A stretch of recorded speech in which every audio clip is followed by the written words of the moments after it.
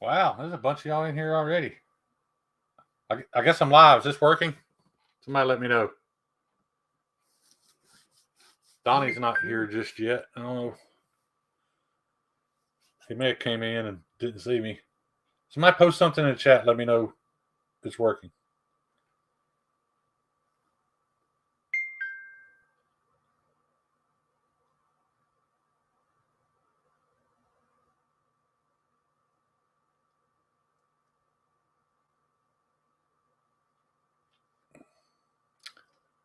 You good? Oh, good deal. Thanks, Bugsy.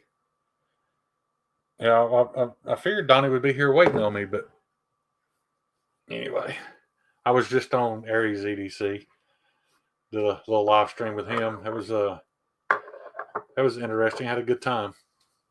It's always great to meet more makers and get more advice and tips and tricks because like I said, makers nowadays are really privileged with the fact that all these guys in the past uh, made a lot of our mistakes for us. You know, uh, and by that I just mean because they share information that keeps us from having to make those costly mistakes and now I'm just watching the same two people on separate channels. Yeah, yeah. What's up, Aiden? How you doing, buddy? I hadn't heard back from Brian. I know he's gotten a bunch of you guys knives, and I had them laid out. I actually taped the knife to the scale material that I uh, wanted used on that knife, and it is. Um, they're all. I don't know any other word to say this, but they're all fairly expensive Alcast blanks scale material, so they should come out beautifully. I'm hoping so. Tipping culture has gotten out of hand. Eh, I don't know, Jerry. I actually listened to part of Billy's uh, his little podcast on that, and I'm just not sure how I feel about it. I don't know. Um, from what my personal experience, most waitresses make more money than they care to share. Now, if they're in a place that's not getting good business and therefore they're not getting good tips, they probably need to move on. But most of the waitresses I know in a fairly successful restaurant are making really good money. And I'm not saying they don't deserve that money. I don't want to say I'm making any less. I just don't know that I have an opinion on that.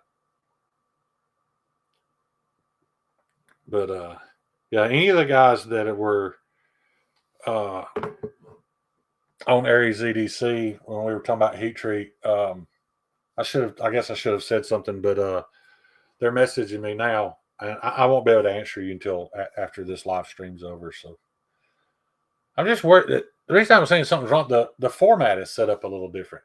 I don't know.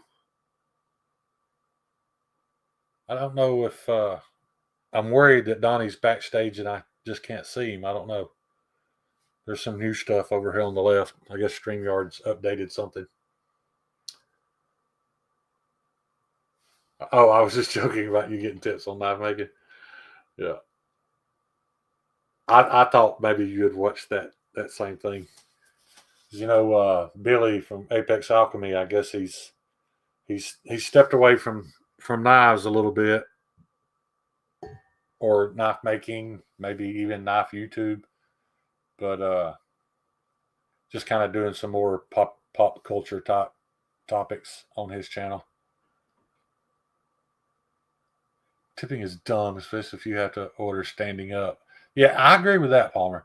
I'm a little offended when I go somewhere where I have to walk up to a counter, order my food, and they hand it to me, and when I pay,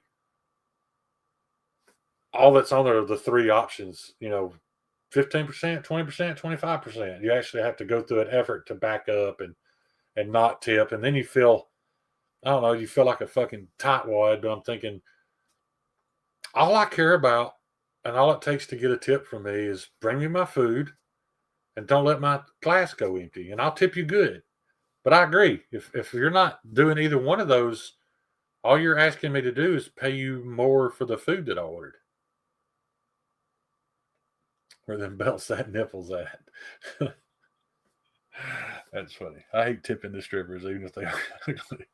I don't mind tipping the strippers so much, but there's Ryan Ellis. Look at there. I was just talking about your William Henrys in the last little podcast I was on a few minutes ago. Those things have really they've kind of consumed my mind a little bit. Like I said, they're not. It's not necessarily for me, but man, I get it. I really appreciate the refinement and the quality they put in those things. There's no Dopey. I ain't seen Dopey in forever. Circumcision videos. Yeah, that was more knife talk over there, Ryan. We talk a lot of shit in here, especially when Donnie gets here. He gets a few beers in him, he'll get pretentious and turn into an asshole, but we love him anyway. Ryan, for you guys that don't know, Ryan Ellis in the chat is from my hometown here. Now he's recently, or since he's moved to Trussville, which is about 50 minutes away. But he was one of my local customers. I was really proud to be able to make him something, and got some more coming. Bubba, what do we have here? Look at there. That's my that's my fourth grade. That's my fourth grade picture. Look at that. Wow, it's good looking. I don't know what my mama was thinking, dude. Blue jeans, a blue flannel shirt, and a damn denim cowboy hat. Oh, let me see. It's kind of rude checking my phone on live, but I want to make sure. Okay, yeah, Donnie's not here yet. He said, "Give me a few." But anyway, guys, I'm going to be completely honest with you. I haven't accomplished much this week. Kind of ashamed of myself for it. I've got work to do, and I've let various things get in the way. But gotta do better next week for sure. Now, for most of you guys that have knives ordered and paid for, they're at Mitten State having handles put on them, so it didn't affect y'all. But yeah, I got to do better next week. That's all I'm getting at. I am feeling a little better, Jeffrey. Yeah, I sure am. Well, I'm feeling a lot better. I'm sorry. Yeah, but it just seems like it's been one little thing after another, and that's kind of part of dealing with depression too. Is that you have a little setback and you let it affect you more than it should. It gives you an excuse. When you wake up and you're trying to tell yourself, man, get up and go do something, and you've got that excuse, it makes it that much easier to not get up and go do something. So, yeah. So I've got to I got to work on that a little bit.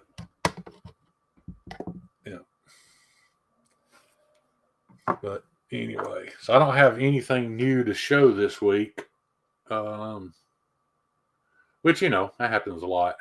But first thing I got to do tomorrow, I'm going to get Mr. Jeffrey Dawson's knives shipped back to him. And I got to get with Cheeto to find out where he wants his knives to go next. There was some miscommunication there on my part, but I need to get those. I haven't drooled over and enjoyed those all that I need to, so I need to get those out the door. Yeah, you're right, Tyler. You're 100% right. It just it sucks, man. I don't know.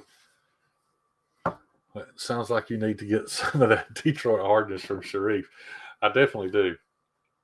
I think that's the worst part of it too, is when you haven't dealt with it for your whole life, and then when you do, you remember how nothing used to bother you. But that's all part of it. I'm sure that was Stevie that popped on screen as Bubba, because I think he's the only one that bothered screenshotting my fourth grade pics. One thing to remember, guys, when you share shit on the internet, it don't ever go away. Stevie's one of those guys that won't let it go away. It's always going to be there. Who's Stevie?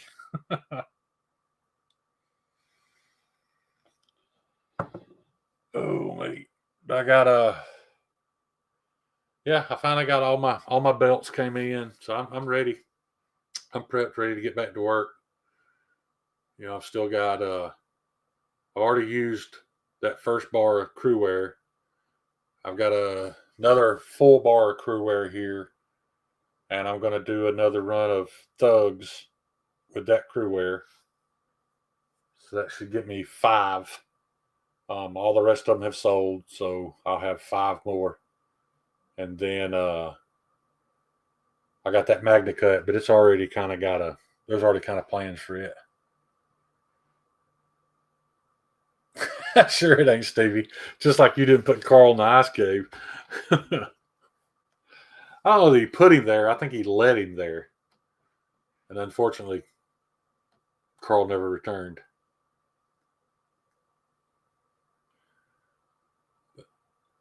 That is what it is. Depression is Joe joke. It can come out of nowhere. You could be good. You're absolutely right there too, Aiden. I'm assuming you must have dealt with it in the past to know that. And what's weird is how it takes you time. Like it takes you time to realize that it's happened. You're like, it's like you'll just lose a week, and then all of a sudden you're like, oh, this is happening again. And so, then you have to start dealing with it. Yeah, your thugs are the only thug we need in this world. I appreciate that, Ryan. I've got my old WWE heavyweight belt if you need it, Shane. Oh, Bama Ninja. Carl went into Stevie's rear portal. Who's beardless Stevie?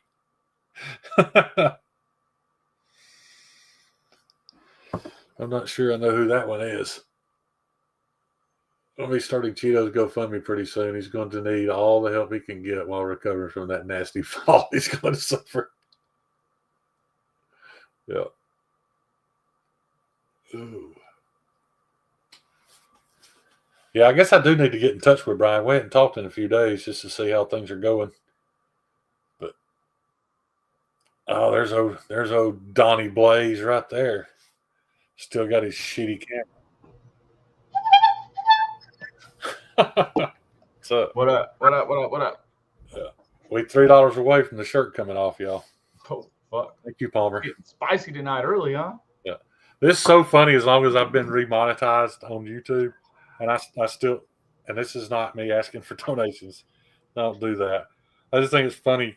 Like I used to get a check every month, and now I can't even reach the minimum payment amount. Let's see where we're at. Oh, we had $80. What up, y'all? Fucking everybody.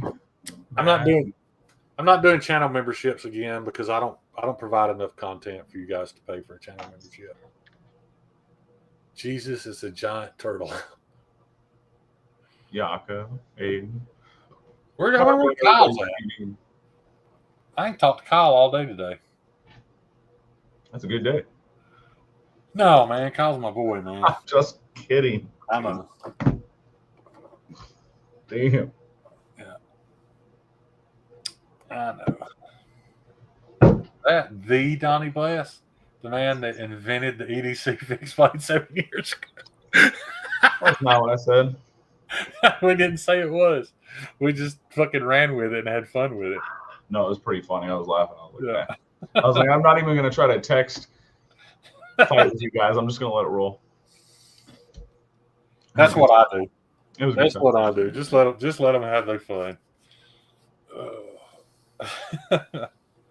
There ain't nothing I like more though, dude, than seeing Stevie lean back in his chair and belly laugh.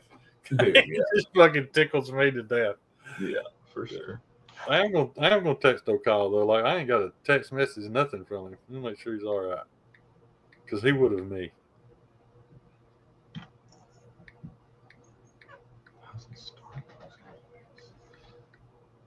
Ryan, I gotta get with you I got to get with you tomorrow too, because that other knife you ordered, I want to talk to you about it. 'Cause I just don't. Thanks, Ryan. Hit me up. We'll talk. Yeah, Ryan's not a bullshitter either, dude. He's I mean, 100%. you can just hit me up to talk and bullshit too. I don't give a fuck. Well, you know what I mean. Just, No, I know. aren't all Stevie's last literally belly last? You may be right. Dude, I liked it better when Stevie hated Mersault. You don't even remember those days, do you, Donnie? Mersault just when he first came into the community, dude, it was like it was his goal to push Stevie's buttons, and it worked. Stevie fell for it, dude. He's good at that. What is that one there, bud? It's my new. It's a new model. It's Denise's. She wanted me to show it. Oh, is that one going to have the thumb? Yep, thumb disc. Thumb disc. And it's a fatty. Yeah. Like. Oh yeah, yeah. You said you were going to start doing some thick boys. Yeah. Mostly due to Denise and Sawtooth Dave. Right. Being bullies. Being bullies. No, not really. But no, it's nice. It's fun. It feels crazy in the hand. Yeah. It feels good though. I like a thick boy every now and then, but you know. I bet you do. Somebody else screenshot that shit too, I'm sure. Yeah. Handle thickness on that. Yeah, you want to give us some specs, Donnie? I ain't got nothing to show this week, really, so it's cool that you got something to show off. I was going to tell you, too, dude, if you want to start doing sending me some photos of stuff you got going on, I'd be glad to use that as the thumbnail, too. It don't always have to be one of mine. Yeah, man, or put them together. I don't fucking care. Yeah, that'd be cool. Thank you. What's up, Stabby Stabby, what up? Y'all don't all be too jealous that y'all aren't as cool as Stabby Stokes is. I don't think she got my joke. Stabby's a hip lady. Yeah, I commented on one of her videos. It was one of her videos from her work van. And I said, I used to have a van with a cage in it, but the police took it away from me. Nice.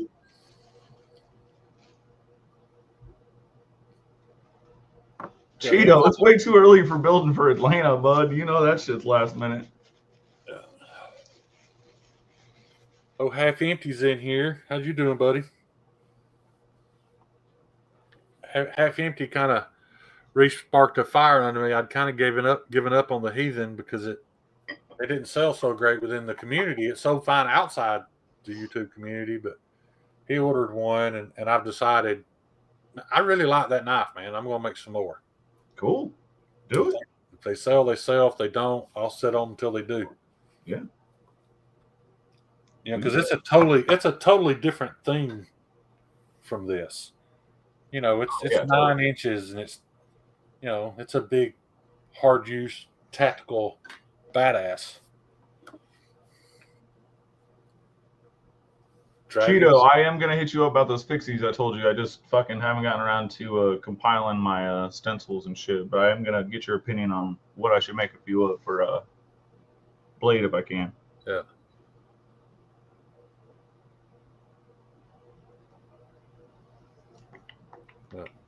I don't think I'm ready for a table, Palmer. I'm just going to be honest, man. I'm trying to be honest with myself. And I'll tell you why. The reason I'm not getting a table at Blade Show is because it's 100% purely because if I got a table at Blade Show and sat there 2 days and I didn't at least make my money back, I'd be sad. Yep, it does suck. And I don't need that in my life right now. And fucking A, man. Worry about that shit when it doesn't matter to you. Right. So, yeah. Because it does suck. It blows. And here's another thing, guys. I was talking about bringing... It blows the pride, not only the pocket. Right. Yeah, I mean, it's not as much about the money as just the pride. Yeah, it just sucks. Yeah.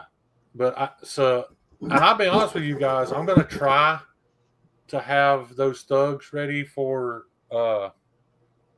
Blade Show, but I know Ryan has already ordered a second one, so that just leaves 4. I don't know if I'm going to have time. If they continue to sell, I don't know if I'm going to have time or the ability to bring a bunch of knives to Blade Show.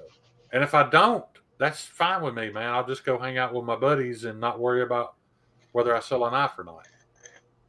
Paul Mills, it's going to be epic, bud. Yeah.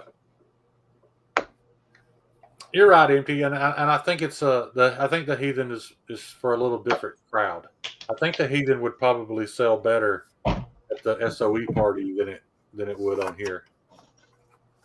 Just because most of those guys are down. By the way, did you get your stuff? We don't have to go into detail about it, Empty, but I'm curious. Did you? 2 things, Empty. Did you get your stuff? And the other is Cheeto. Go ahead and message me on IG now so that I don't forget, and let me know where or who to ship your knives to, because it's starting to become a little stressful. I feel like I've had them too long, and I need to get them moved on. That's enough weed. Is that enough weed? That's not enough weed.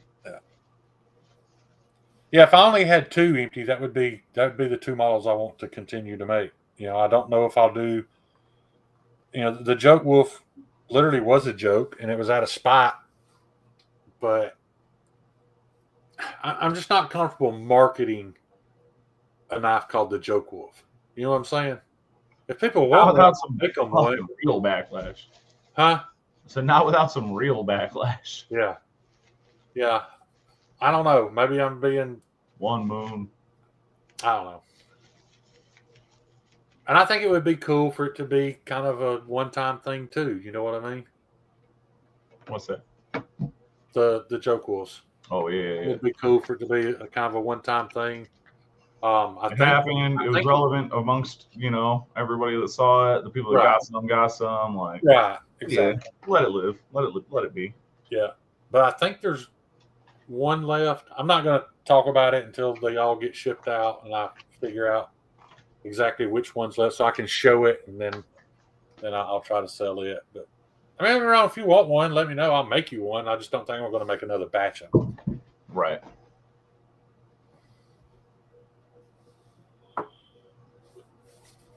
I'm excited about this next batch of thugs though, because I really want to do them flat ground. Yeah, man. I really, really like the way that yours look. Did I tell you I lost it? You what? I lost that knife. We can't find it anywhere, dude. Me and me had both have looked. What the fuck? I don't know, dude. It's probably like under something in the shop. It's got to be, but yeah, That's fucking funny though. Well, there was that whole ordeal, and I thought I was going to need it, and then I didn't, but now I can't find it.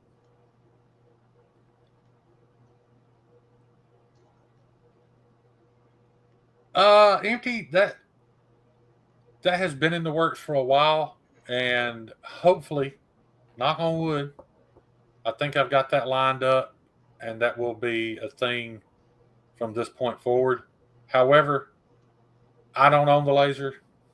I'm not going to put myself in a situation again where I'm guaranteeing something, then depending on somebody else to make it happen. So, yeah, for sure. Hopefully that's the case in the future, though. I already did, Bubba. It's not back there. It's not back there. Yeah, I could definitely hide it, or I could definitely hold it back there. That shit is too comical. Tell me if you can see it. It's too much fun. Oh shit! You got the tactical neck roll. That thing's dangerous, man. Well, I didn't know shit. Goddamn. I'm sure. I don't know if you were around for that. Hear the story when I broke that girl's finger with it. Fuck, I don't know. If we get drunk together, I might use that neck roll, buddy. Looks like it's got some nice pressure. It's got some grip. I worked with this chick one time, and she was all the time poking at me about my neck roll. But she also climbed in my lap one day going down the road. That's a whole other story. But it was right after I'd won that World Neck Roll Championship in Las Vegas, which is actually a real thing. And I did win it. But she was talking about it. So finally, She was like, I want to see just how strong it is. So she put her finger, she just laid her finger in, and I tilted my head back. And to this day, Donnie, her finger's shaped like that. It broke her finger. She couldn't afford to go to the doctor, so it just grew back at a 45. What the fuck? Yeah, I still see her out in town every now and then. That's fucking. You got the Chuck Norris neck roll. What the fuck? Oh, it used to be a lot bigger. When I was 380, dude, it was twice its size. Now I'm about 275. So You're a funny dude, Shane. You're a funny dude. it wasn't like I was trying to do it, and I didn't think it would hurt her. Sure. I had no idea how much power was back there. Jesus, he's like a Bond villain. So fucked up. Yeah. What are you working on, dude? A blunt. Oh, my bad. Should have known. Daddest Outlaw, what's up, man? I don't know if Daddest Outlaw is new to the knife community or new to this segment of it, but I've just recently started seeing his name. Me too. Hey, I found out that Gareth guy, Aries EDC, that dude's from South Africa. Yeah. Yeah, he's in good with the pickled steel guys. Yeah. Yeah, that's cool. Yeah, he's a super nice dude. He's hit me up a couple times. Has he? I'm kind of jealous, man. I kind of want to voice message from him on IG now, just to hear that accent. It's fuck, dude. He sounds like a motherfucking pikey, dude. It's thick. Is it? The thicker the better. Let me I was all fucked up. I'm like, dude, you gotta slow down. I cannot understand you. That's so funny. But no, he's super nice, dude. Yeah, I want to make sure I'm following him on Instagram, just in case. Is he just Gareth on Instagram? Gareth HB or some shit. I don't know. I don't remember. I should, but I don't. Here's G-Man Pixie. Yeah, that's him. G-Man Pixie 44. Yeah, okay, I'm following him. Gareth, if you're listening, you can just tell me the time and weather, dude. I don't care. Just send me a voice message.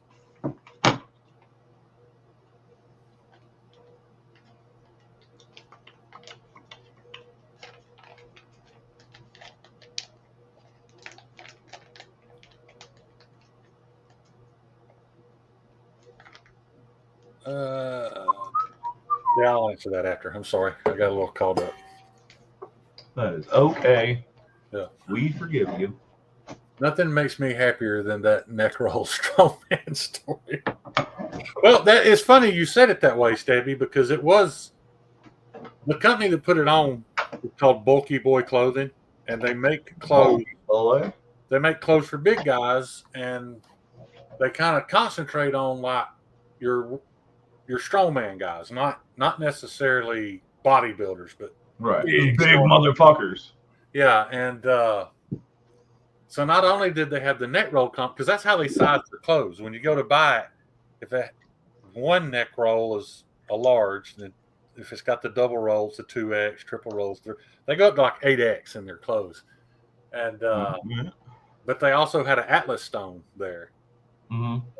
You know, seeing if people wanted. This was at the UFC Fan Expo, and you would be there. Yeah, and I asked if anybody had picked the Atlas stone up. Yeah. Like, no, nobody's been able to do it. So I squatted down and picked it up and set it on the pedestal. But they didn't have a dip in the pedestal. It rolled off the other side, hit the floor, and broke in half. Oh, shit. And it was like 300 and I think it was 335 pounds, something like that. It's like two of me. I used to be really strong. I'm not anymore. But Mayhem was talking about that the other night, watching me lift that truck off of the lift. Like we were sitting under it, working on it. I reached up and grabbed the frame and just picked it up off the lift and set it back down. That's probably why I'm in so much pain now, was that I was so strong and I ruined all my joints. Abusing your body. Yeah. Nah, fuck that. I can pick that up.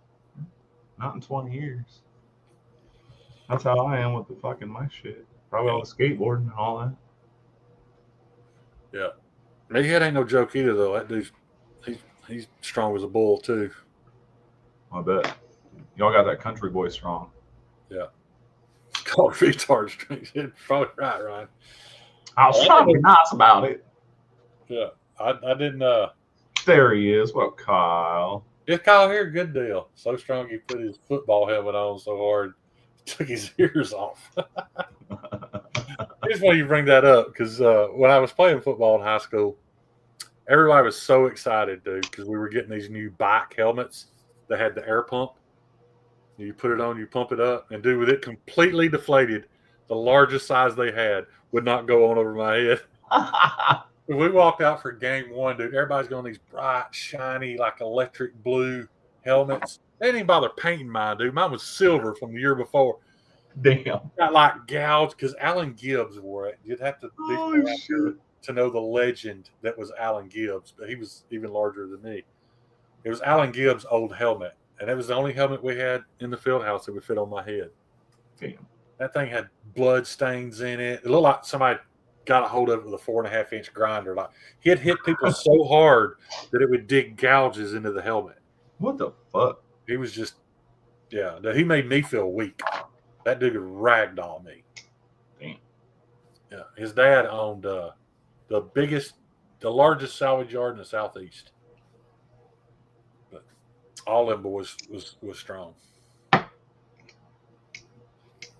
Those U-bolts that go around your rear differential. They had a pile of them out there where they'd take them off, taking rear ends out to sell them. And Alan would just sit there when he had to work. He'd sit there on a 5-gallon bucket and straighten them things. Then bend them back into you and throw them back in the pile. Take the next one straight. What? Yeah. He was, oh, God, he was so, he didn't live to be very old, though. What? I don't know how, I think he died in his 40s. Yeah, I went up there one day to buy a 350 engine. They had one in a box, 77, 78 Chevrolet pickup truck. My box. And he told me he'd have it out by the time I got there. So when I pull up, Alan is standing inside the engine compartment with his feet on the metal inner fenders. And he just reaches, I guess he's already got it all unbolted and unplugged, everything. Reaches down and grabs that engine. It's beneath his feet, Donnie. Beneath his feet. He grabs the exhaust manifolds and picks that sumbitch up and drops it out on the ground beside that truck. The fuck? Holy shit. I mean, that's not 700 pounds. I think 750 full dress 350 Chevrolet. But it was beneath his feet. That's the part that blew my mind. Dude, that's fucking wild. Yeah. Yeah. I think he played college ball at one of those all black schools. It wasn't Grambling, it was the other big one. It's the one that had they got their regular dance line. There's something Yellow Jackets. And then they got this special dance line group that are called the Honeybees. To even qualify for this dance line, you got to be 3 bills plus. So these are all big, beautiful black women, dude. And they go, and I'm telling you, dude, they outdance some little skinny chicks. Oh yeah. Dude. That dance line, you can find it on YouTube. But yeah, to even audition for the Bumblebees, I think they're called, you got to be 300. But you got to be 300 pounds. And son, they out there doing flips. All of them got on their fake hair, down almost to their butt. Oh, it's a entertaining halftime show, to say the least. And that's really, the dancers are and the band is way better known than the football team. Fucking 10. Fucking 10. Yeah. Merso. Yeah, that definitely crushed my spirits a bit. Broken disc. What'd you break? I broke 2 fucking $100 counterboards and then a couple. Yeah, and the second one I broke after doing 1 hole with it. Oh God, man. Yep. I was pretty pissed about that. You know what excuse I used this week to not go work on the knives I needed to work on? I'm out of drill bits. Donnie, Lowe's is on the fucking way. Like, when I stop at the red light when I get off 459 and look to my left, Lowe's is right there. But that's what I'm getting at. It's embarrassing But it's that easy, dude. When your head ain't right, it's that easy to just let an excuse Oh yeah. be an excuse. I've had my days like that. I mean, like, I'm not saying I didn't quit that day after I broke that brand new fucking bit after one. I was like, nope, going upstairs, done with that You had shit. this in your drill press? Yeah. Okay. Does it spin carbide bits fast enough? Yeah. Does The it? problem is it doesn't do it slow enough, and it doesn't do it. I got too much run out, and I've replaced fucking everything there can with fucking good bearings and all that shit. And it's just Well, I know no. this, Donnie. When you go into like a nice machine shop, and if you can, and you get to use any of their equipment, it's so much different, dude. Oh, I bet. Like, I got some scale material from Outcast Blanks, and that time I didn't have him cut it. And I went to this cabinet shop that's about a mile down the road from Meathead Shop. And they've got like a $10,000 bandsaw. Whew. I had no idea. Dude. I had no idea. Putting through shit through that like hot butters. Yeah, like you put a stick on the end of it, and literally with one finger, just it'll shoot right through and cut so perfect and clean, and It's glorious. mind-blowing. Yeah, I'm buying a mill next, so I'm saving up for that. Yeah. Joe Ryan in the chat is he's a I don't know what's the name for it. He makes fine wood stuff. He works with a lot of high end wood and like makes high end cutting boards and stuff like that. Oh yeah. Yeah, I love to see that dude. I spend hours watching Blacktail Studios, watching what that guy works with, and then when he gets done, it's crazy. Fuck yeah. Kyle said, "I got a mill, a pepper one." You're too fancy for already ground pepper, Kyle. I mean, I am too though. So. Those honeybees are good for stropping. I'm not. That's gonna drive me nuts. Now I got to see them play at Auburn, and we literally left after the halftime show. Like the football team wasn't worth watching, but man, that halftime show was worth the price of admission. Maybe in Alabama A&M or I don't remember. Well, I sure couldn't tell you. You don't watch the foosball, do you, Donnie? No, I don't watch any sports. I still enjoy it, man. I don't even watch skateboarding. I got into the NFL late in life. I got into it because of fantasy football. I really enjoyed the fantasy football thing because the fantasy football community is kind of like the knife community. They can be a lot of fun. But I have a couple people that are into that for sure.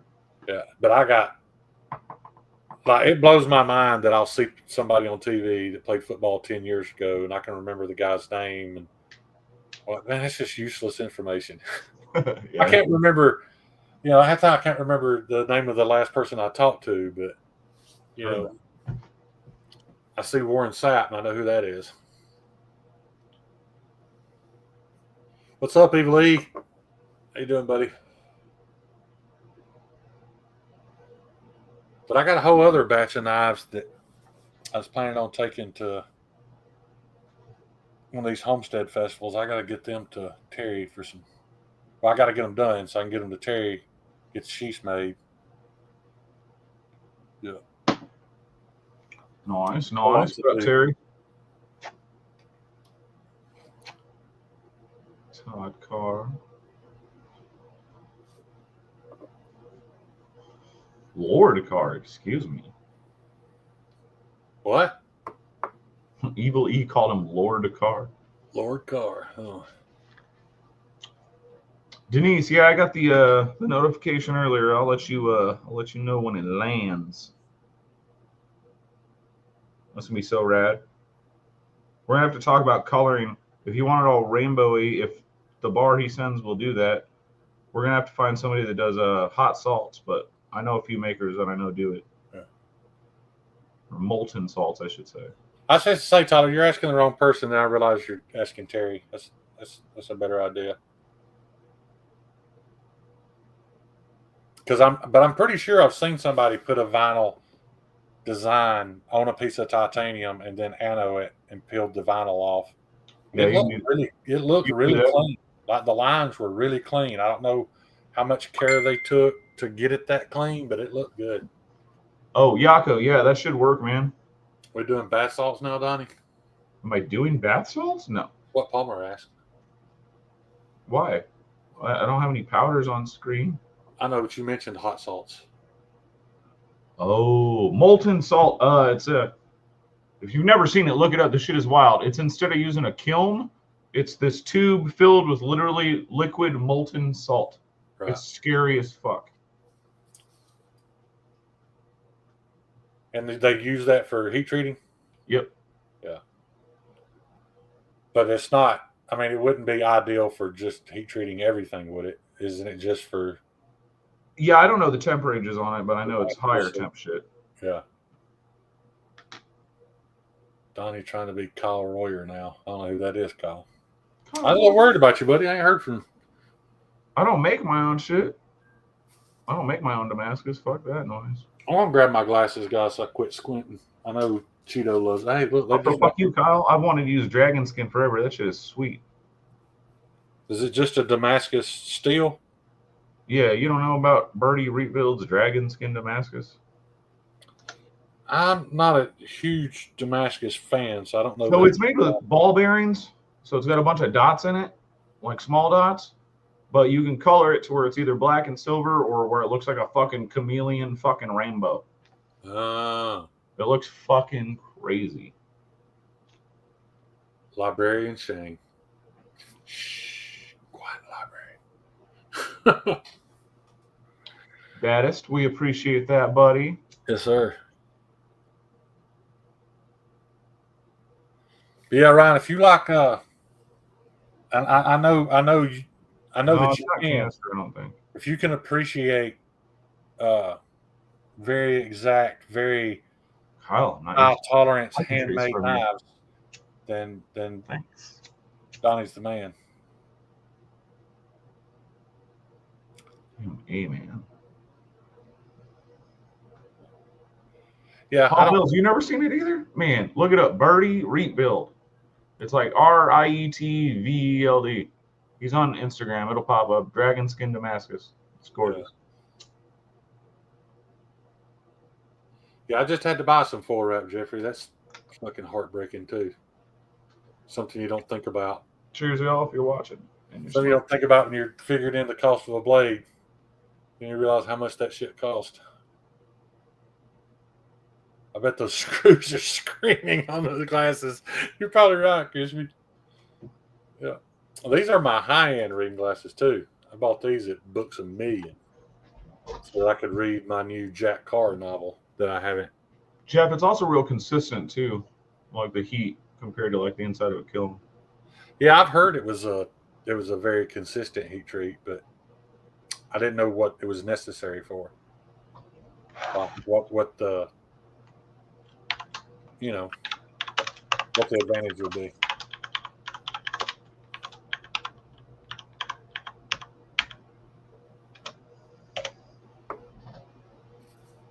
Yeah, the only reason the stainless steel foil pisses me off is because you only use it for 17 minutes and throw it in the garbage. That is a fucking straight consumable. Fuck yeah. And it's what, $100 a roll for fucking 10 feet? You'd think that'd go a long ways. I don't even pay attention anymore. I just buy the shit. It doesn't matter because I need it. Yeah, you're right. It don't matter. You got to buy it. It does not matter. See them using salt baths, but on more industrial type stuff. Huh. I've never seen the process. I remember somebody talking about it being necessary. Drink water. I remember what they were saying it was necessary for, but it was necessary for something. What's up, drink water? Yeah, I know I follow at least 3 or 4 makers that have them. Those glasses are made from 2 of the windshields of old Datsun pickups. Nice. The 872, not the hard body. Not the hard body, no. No. shout out to the hard body Nissan, man. That was a great. Dude, that truck's boss. Those are great trucks.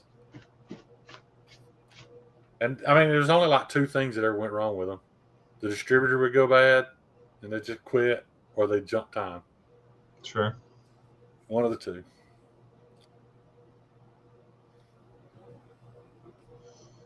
Ooh, tasty blunt action. Maybe that's what it is, Ron. I know, yeah, I'm sure it does keep it very stable, but my only experience, or my only not experience with it, but watching somebody talk about it, was that it was necessary for a particular thing, and I don't remember what that was.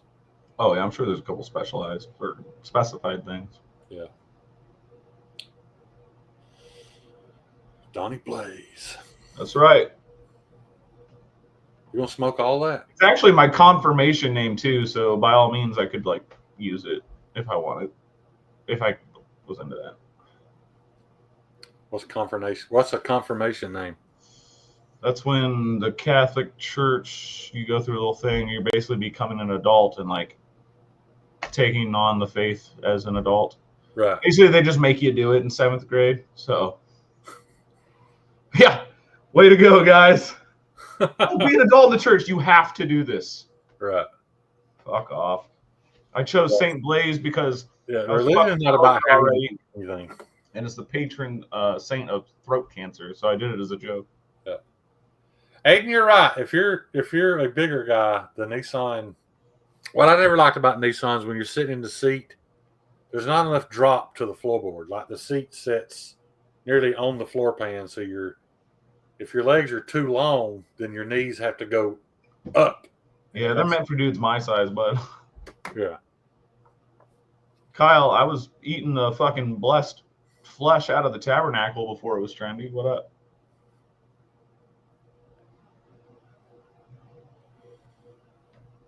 What up, Terry? It is weird going from one live stream to another. Like after you've already spent a couple hours talking, you're like, "Fuck, what do I say now?"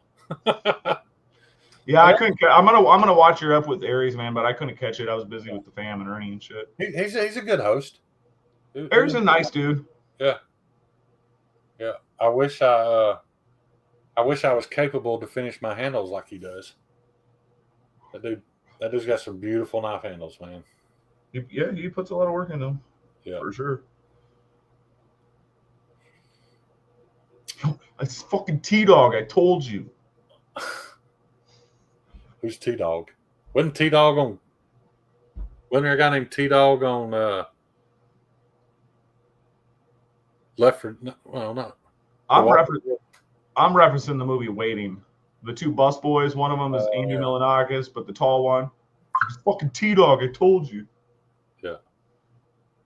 Fucking T-Dog, bitch. He started fucking throwing lighter fluid on him or something. Yeah.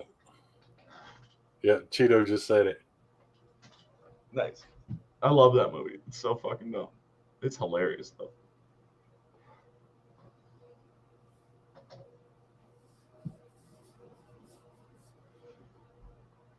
I haven't seen it so long, I remember very little about it. Other than don't ever go out to eat. I mean, if you learn anything from that movie, it's never go out to eat. Kyle, I'll show you my goat, buddy. What up?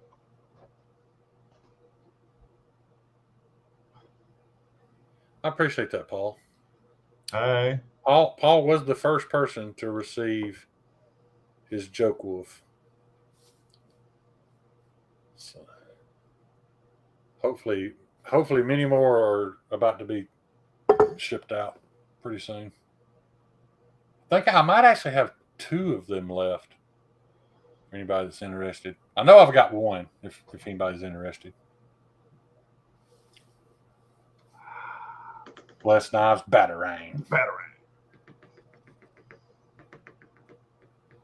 I want to ask you a knife question, Donnie. Is there something that you've always wanted to make and you haven't yet? Like, is there something that I want to make a wakizashi, like a Japanese style fucking short sword. right? Let me think about that for a second. I know there's a couple things I'd like to do. I don't know. Give me a second here. Why? What about you? I know this is gonna sound lame, but I've kind of thought the same thing. I don't want like a big ninja sword, but something with like a 12, 14-inch blade, something like that. I guess maybe that is what that's called, a wakizashi. Yeah, I mean, yeah. Well, I think they're usually like 16. I don't think I want to I make think they're one. like 16 to 25 or ish or something like that. I don't think I want to make one to sell though. I think I'd like to make one for myself, and I'd like to make a really Yeah, I want to make it for myself. I don't want to sell Yeah. it. I want to make like a really cool like Viking style, small-ish battle axe. One-handed hatchet sized. Double bladed with black steel. Right. It's from a show. Oh yeah, fucking I want to make a bally. Oh, do you? Yeah. Ryan says he wants to make love to a woman. Well, at our age, Ryan, that's a fucking pipe dream. You might as well move on from that. Yeah. Uh-huh. Uh-huh. I don't know if K390 would make a decent battle axe, Aiden. I mean, I'd be afraid to hit something that kind of impact on K390. Yeah, he was like 3V or something.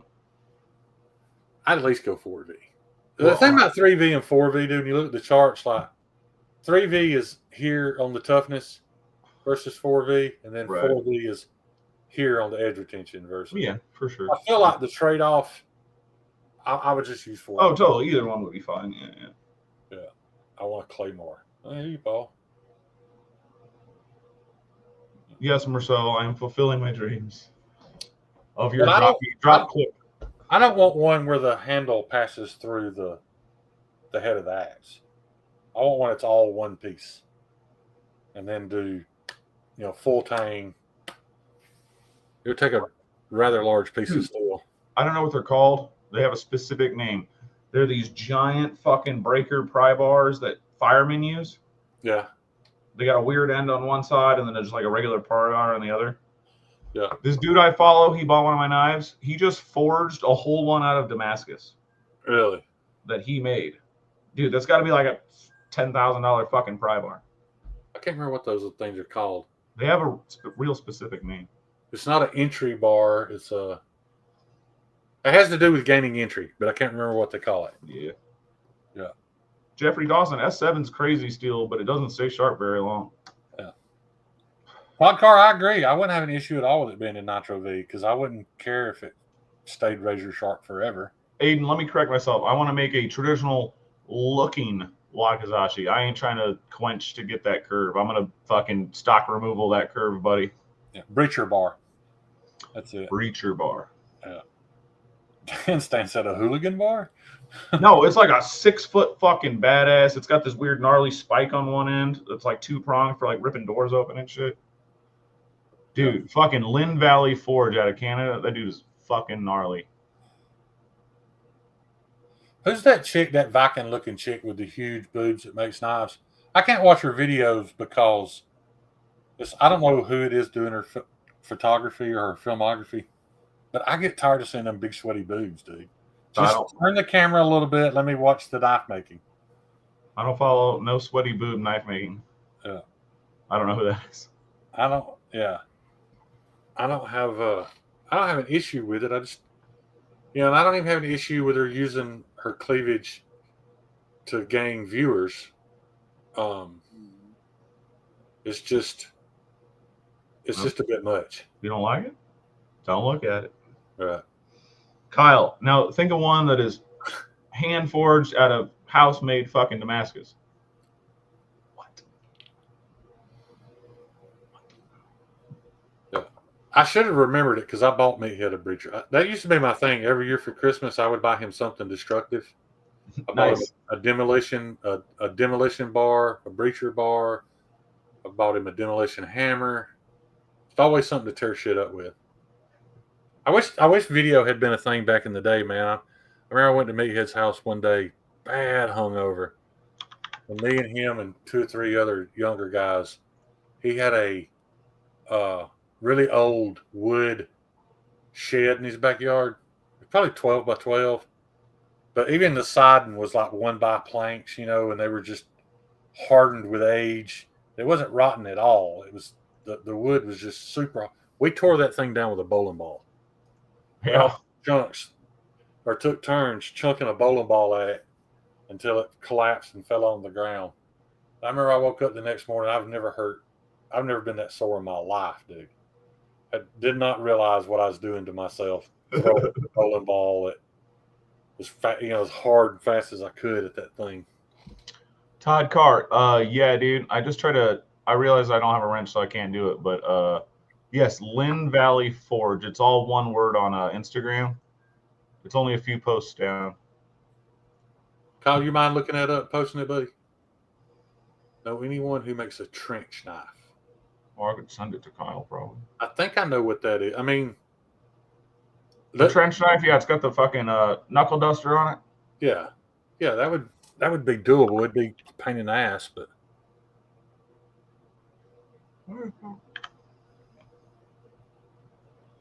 Oh, he's not under Kyle on fucking Instagram, is it? What's his fucking sharpening thing called? Clinging work. KL. Yeah, I always think it says Klingon because I'm a fucking nerd. RMJ Tactical makes some. There you go. Empty. Why can't I find him at all? I can't find it. Fuck off. Oh, there it is. Thanks, Kyle. Bugsy says that Bussy makes a badass trench knife called the Argon Assault. I wish I never sold mine. I wish I could find my goddamn. I got a fucking old ass bayonet somewhere but my mom's house and I can't find it. Yeah. Wait, it's not Klingon? What? I love Ryan Shear. That dude's funny. I'm grabbing a beer. I'll be right back. Yeah, thanks, Kyle. No, dude, I can't find your fucking message thread. That's why I was wigging out. I'm like, it wasn't under Kyle. I started typing in fucking clinging work. If you type in his name, it'll still find it. Well, I never hit send, so. Anytime I'm searching for him to send me a message, I type in KYL and it always pops up. Oh, I should have just hit search then. I'll be right back.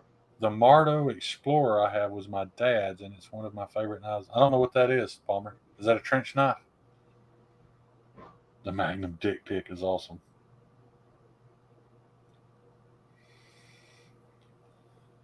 Yeah, the only Tomahawk I own is that $38 Cold Steel one. And I like it, but I'd like to do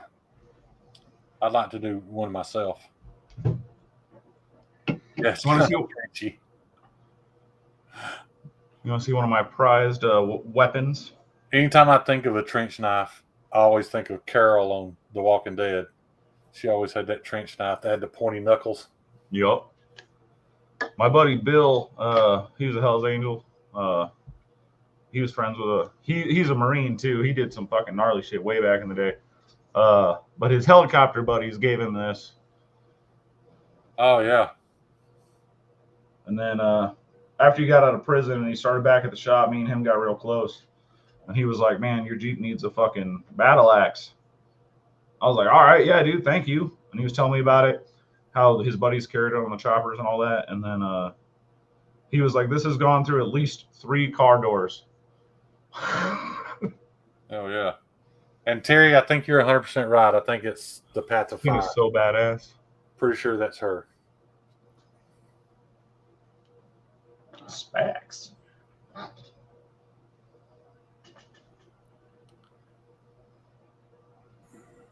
When I think of Carol Eveley, I always Palmer, you know this one specifically?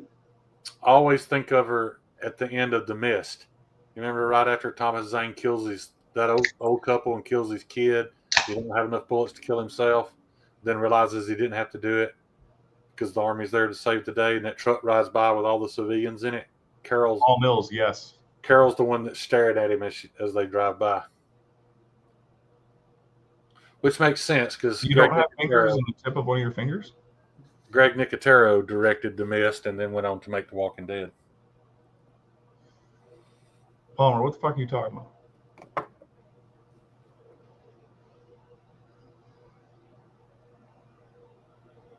That thing is the reason I don't have fingers and the tip of one of my fingers. What? Did you take the mushrooms tonight?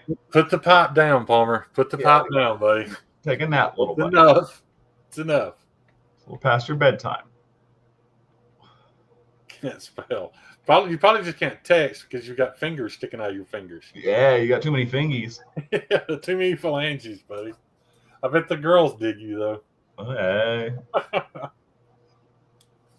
Crispy, I'm gonna get a leather sheath made by Terry here pretty soon. I hope to have a few made here pretty soon. My axes are Fiskars and East Wing with a couple off-brand ones, but no tomahawks. Because they aren't great. Yeah, I'm sure they're not great in the woods. I just want it for, the zombie apocalypse that's never going to happen in my lifetime. And I wouldn't survive it anyway because I'm too old to get out of the way. But, Palmer, you smell toast. Terry, only in black and white, though. The movie is trash in color. What is? The Mist. Oh. No, it's not. That movie's awesome either way. No, it's terrible in color. No, it's not. It's so fucking hokey in color. No, it's not. It was good. I wasn't expecting the SPAX to be as sharp as it is. It was sharp enough that it didn't hurt a lot. Well, that's what you get, buddy. We all learn by getting our first cuts. Yeah.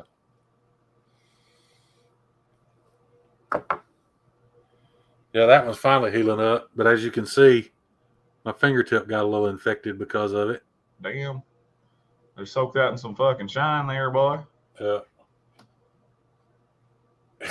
Now Terry's having to tell everybody where to find the big sweaty titties making knives on YouTube. It's the Path of Fire on YouTube.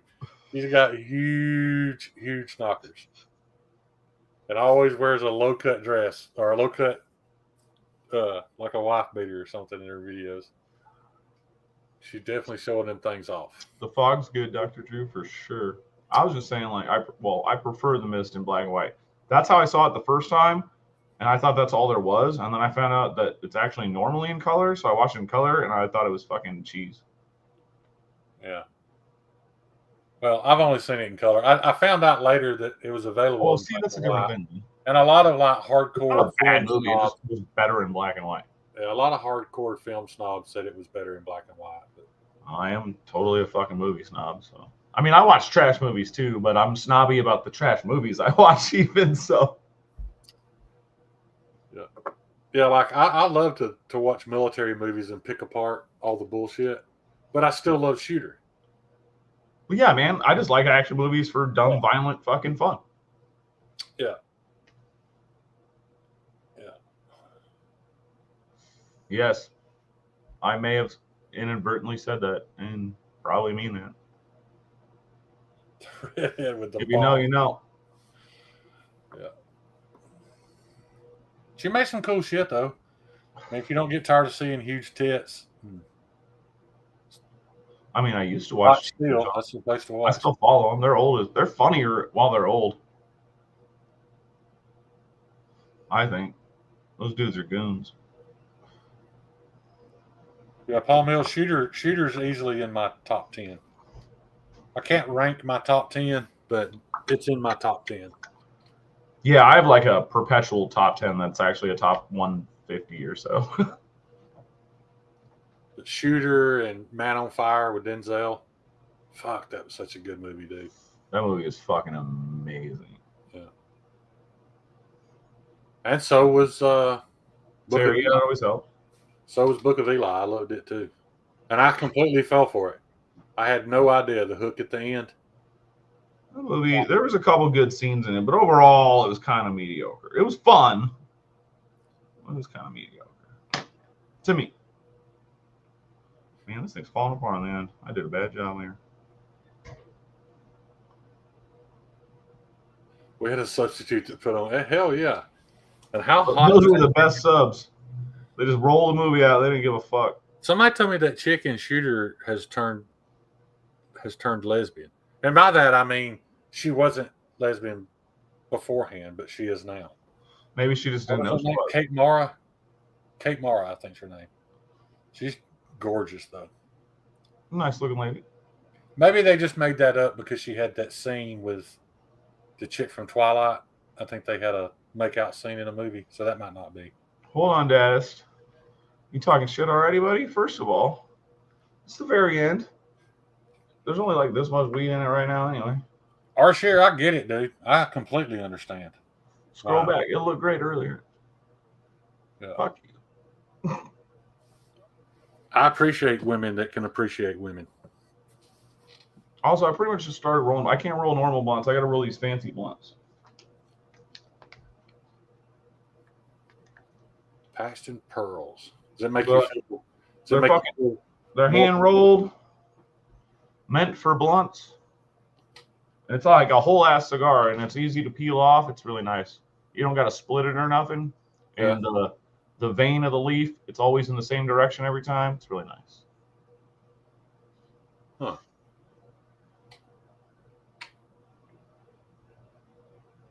Paxton Pearls went out of trendy 7 years ago. Apparently not for pot smokers. What? I just found out about them, and they're banging. You know something better? You don't even smoke. Shut the fuck up. No, pineapple games. What the fuck? I don't want to go pineapple fucking nothing. What is Pineapple Games? Is it a show? I think he meant like raps or something, but Oh, I would guess because that's the only thing that would be relevant right now. DH, I asked you that question, and I don't know if you answered it, or I probably just never saw the answer.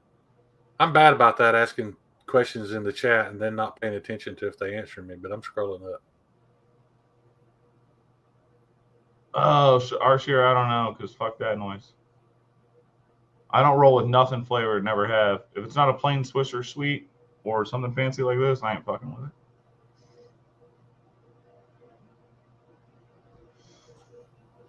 But I always have good weed. If you got bad weed and you need that flavor, then fucking right on. I get it. Splitting Slices, I see your comment from back. She didn't jump on my lap in a Nissan hardbody. It was actually a Ford Ranger because we were on our way back from a inventory out of town. And she was sitting there talking about how shitty her marriage was. And I was just listening, giving her ear. And next thing I know, she just climbs on top of me in the drop while I'm going down the road.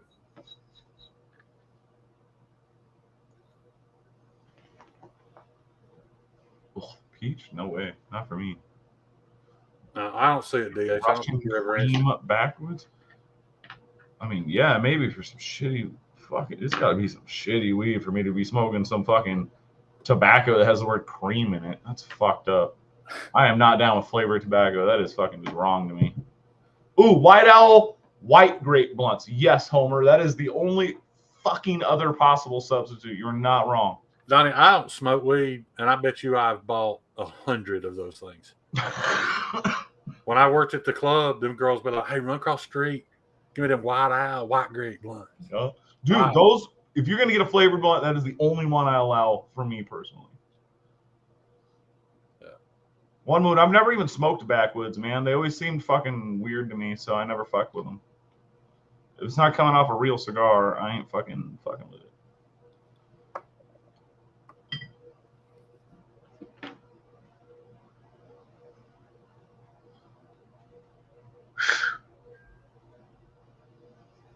Yeah, that's not. That's cool that you felt like you needed to back off and manage to do it. I just I enjoy it every now and then. Here lately, it seems like the only time I smoke is when I go to Blade Show. Is Dadis talking about the weed? Yeah. I don't know what that means then. That's like Mandarin Chinese to me. I don't know what too hard means. Yeah. That shit I smoked last year at Blade Show though. If I was, But I got problems. Probably I was, undiagnosed mental problems. right. If I was going to smoke weed regularly, it would be whatever that was, because it didn't make me stupid. Like Dude, different strains do different shit, man. That's real fucking life. Everything I've ever tried has always made me pretty stupid. But that was, we've had this conversation once already. Was it salvia? Well, that's not weed. No, this was weed, but it was a strand. It sounds like salvia. Oh well, it's got to be something else. It's not salvia. Salvia is the fake shit, right? No, that's an actual. It's like a root or something. Like it's a different drug. Salvia is a different drug. We just covered this like 6-8 weeks ago. I said salvia, sativa. That's it. Yes, sativa. That's what I tried was sativa. Sativas, indicas, yeah. Yeah, and They I say felt uppers good. and downers, but I was kind of partying in my head a little bit. But if somebody asked me my name, I could still say it. oh, my Valium's like my favorite pharmaceutical. Sativa is fucked. What? Why do you think that, Palmer? Is there something wrong with sativa? Palmer's young. He don't know shit about shit. All weed's the same to me, so. This little eyeball thing, I bought this on vacation once with my family. I found it in the store. It's cute. This little stash box. Yeah.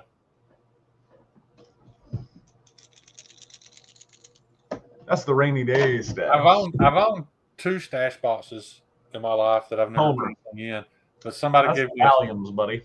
Somebody gave me a Sharpie that you took the cat. It would even write, but you unscrew it, and there was just a little bit of the felt or whatever that holds the ink, and then down inside you could stash, and then I had a Red Bull can that the bottom popped off of. Gaddis, I feel you, man, and the weed's strong for some that people. says salvia is fucked, not sativa. Okay. Indica is in the couch.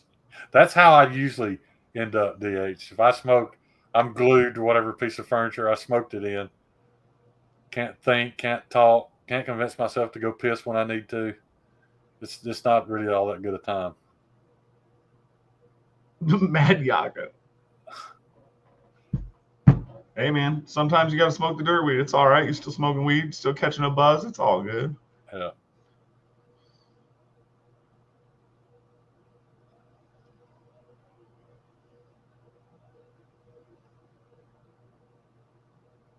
Yeah, my head got so big from getting high in Atlanta, it wouldn't fit in the backyard.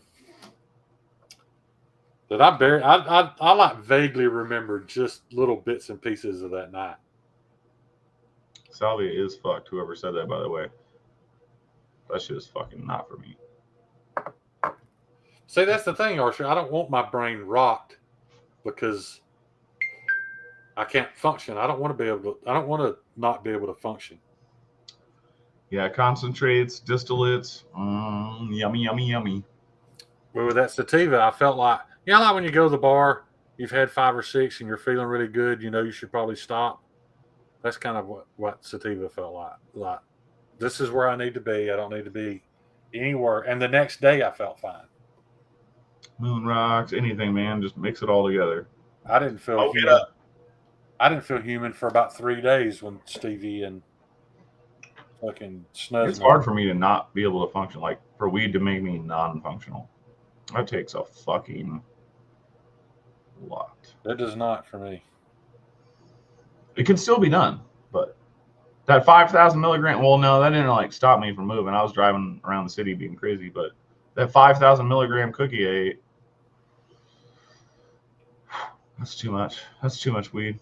See, I wouldn't ever want to smoke weed with you, Donnie, because you like to shit talk people because they're so high, like they can't handle their shit.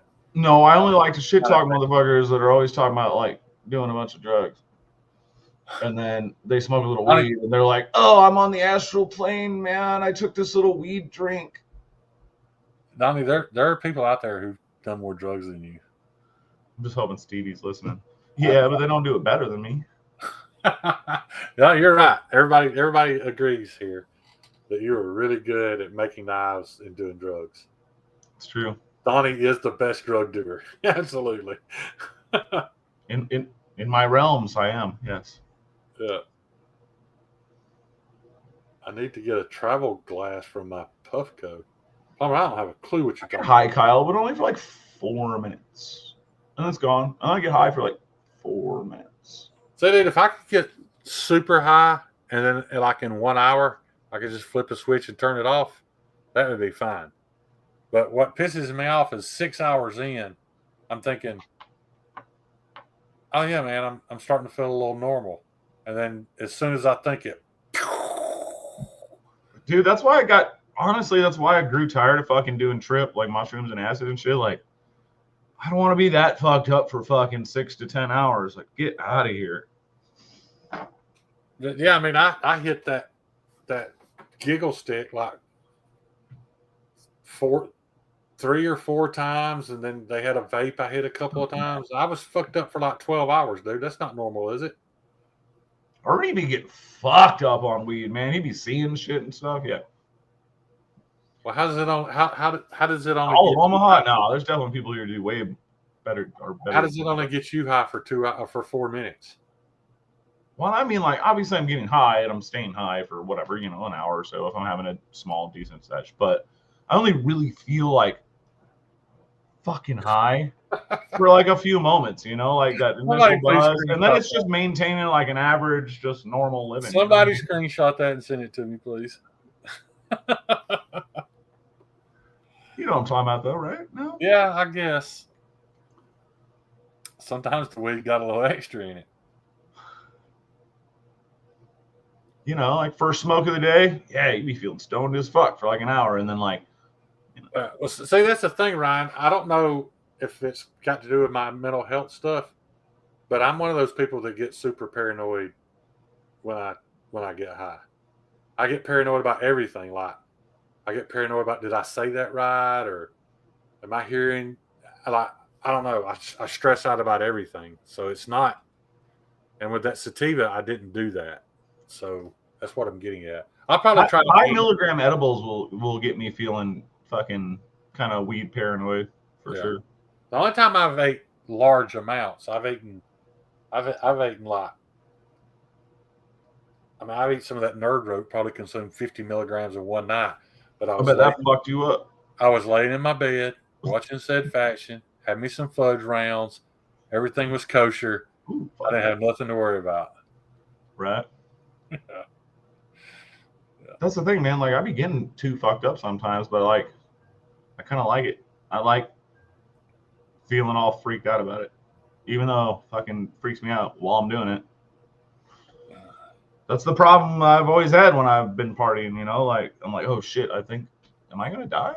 Nah, fuck it. I did learn that Kyle's not the person to call. Nah, I just smoke weed, so. Kyle's not the person to call when you've eaten way too many edibles. Was he just making fun of you the whole time?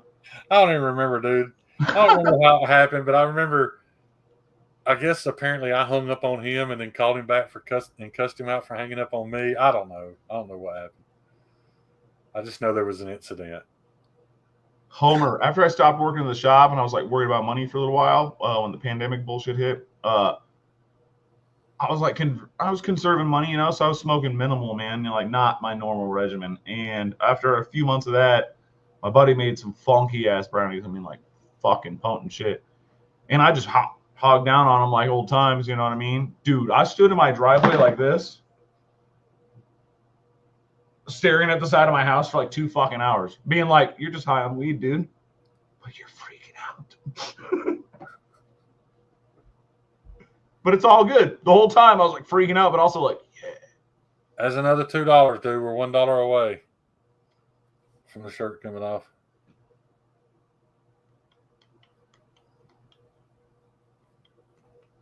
You ever get them damn sweats? I ain't ever got no, I'm so high I'm sweating. No, I mean, not since I was a kid.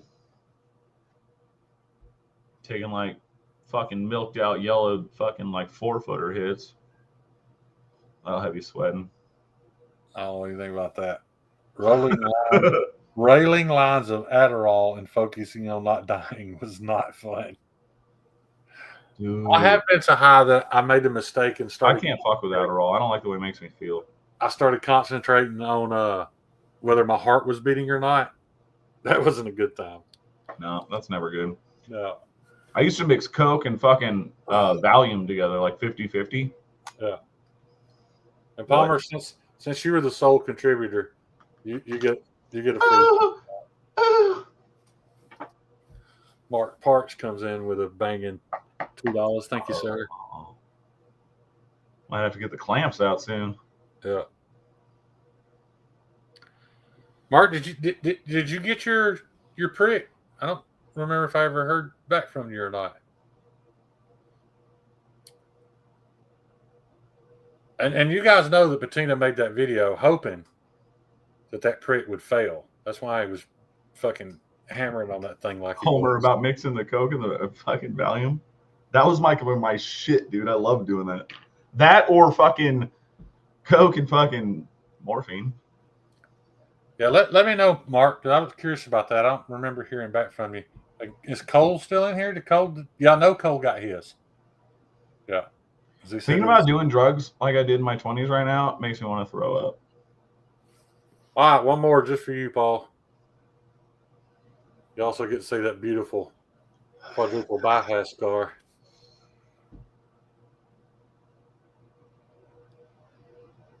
Yeah, I was fucking recklessly retarded. No, I stayed home and I smoked weed.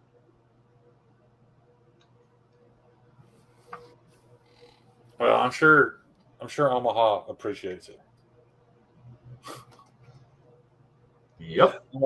Omaha's residents are very proud of you, Donnie. That they don't have to put up with your ass anymore. It's true. And that's got me worried, dude. Mark hadn't answered me. Whoa, whoa, whoa, whoa, whoa, whoa.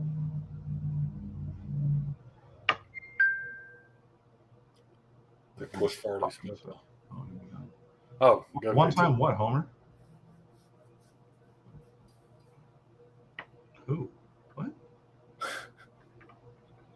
I do have tiny nipples. Matt, you know you dream about it, buddy. Yeah. I'll never be able to eat milk duds again. Chris Farley special. What the fuck? Dude, Chris Farley. One of the fun. Legend. Fucking. Dude, you have to be exceptionally good at comedy to be funny to me if you're not fat. Now, don't get me wrong. I'm not saying there aren't any funny comedians that are skinny. Dave Chappelle, of course. But my favorites have always been the fat guys, dude. I get you, dude. That Ralphie, dude. Ralphie May. I told you I smoked Ralphie May, right? Yes. Yeah. It's fucked up. Didn't even enjoy it. I didn't even care nothing about it. But, you know, Ralphie May. Yeah, we're all close here. It's fine. Yeah, if Ralphie May hands you one, you just do it. Fuck yeah. Yeah. I'm hoping. You know what my favorite saying from Ralphie May, the one that's always stuck in my head, is "Jiner meat." Is what? Gina what? Jiner meat. Jiner meat. Jiner meat. Yep. I can't think of the words "Jiner meat" without getting tickled. God damn. Oh. And then when he was on there that night talking about the average female vagina's like 4 to 6 inches, and they dating these dudes with 10 these. Then he's talking about all these guys with 10-inch dicks. He's like, "Congratulations on 4 inches of dry cock." Oh, that's too good. But I don't know if he was right about that, dude. I think they go way deeper than that. I don't think there's the end of the motherfuckers.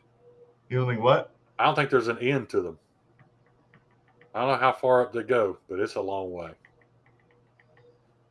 This is not a topic I want to talk to you about on screen. When you've been hands deep in one trying to retrieve a ping pong ball, you realize there's way more room in there than you're comfortable with knowing about. I'm just not going to talk about this while we're live. I kind of wish I had a picture of it. Me in the dressing room, wrist deep up in there trying to retrieve that ping pong ball. And you're right. Some of them have infinite vagina. I think some of it goes all the way. I think it's just straight. It's just a straight pipe from their mouth out their crotch. But yeah. Thank you for your swippies. Fucking wow. I just realized Stabby was in here earlier. I hope she's gone already. Stabby's over here like, yeah. Did you see one of her last posts? She was talking about, what the fuck should she say? Something about dirty vag and something else, and like, oh, happy weekend, like, dude. I know. I'm just always worried about offending fucking hilarious. Offending people. DH, no, I didn't use it. This is the funny part. When I thought about it, I was like, why wouldn't she just have one of the girls do it? Because their hand is smaller. But then I realized that she probably had tried that, but the problem is the girls didn't have enough strength in their hands to crush the ping pong ball. Because even if I could get around it, it wouldn't come out. It would pop from between my fingers because it was all slimy. So I had to crush it to create 2 flat spots so that I could retrieve it. All that for, I think she made like $27 on stage that night. Might need counseling after tonight, ladies and gentlemen. Yeah, might need I'm counseling. just kidding. My homie came out of his bedroom one night and he was like, "Oh, I lost the butt plug in fucking Brooks' ass." I'm like, what are you talking about? Not good. Shane is looking like it was slimy to the crowd. I'm not. Well, dude, like she didn't even gasp or nothing. Like Terry, that's what I'm talking about. she just acted like that was perfectly normal. That should have been your sign to just pull out and leave, bud. I never had no relations with it. I'll say that. I was intimidated. I count that as relations, buddy. Common law married at that point. I should have called her my taxes and shit. Evilly, if you gotta ask, man, you don't know Shane much. Oh, Shane, did you smell it? I will say this, Iwi. I don't know. I don't know if it's because of their profession. Maybe not too foul. But I've only witnessed one dancer that had an odor, and I fired her the same night. So,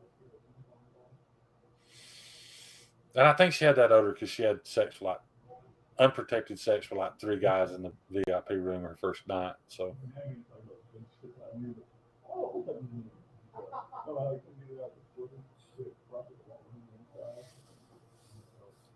yeah, Ryan, I was thinking the same thing. I told him not to watch this shit. Man, we might touch on knives here and there every now and then, but I'll say this, man. It don't matter how many years I have left ahead of me, I have had some of the funnest, most entertaining experiences. Now, a lot of them weren't fun and entertaining while they were happening. It was just looking back on it. Did you get to keep it? No, I threw it away. Dude, Aries would not be comfortable if he was in here right now. No. I told him not to watch. Did you really? I was like, man, don't watch this shit. Did you really? Yeah. Yeah. That's fucking hilarious. Yeah. Yeah, but he would have been uncomfortable for sure. I feel like it. He's like I said, he's a nice dude, but there are people in here right now that feel he's not the same kind of dude like us. There's 45 people in here. I bet at least 12 of them don't feel comfortable. 45 people are in here. Yeah. What up, people? Shit. Yeah.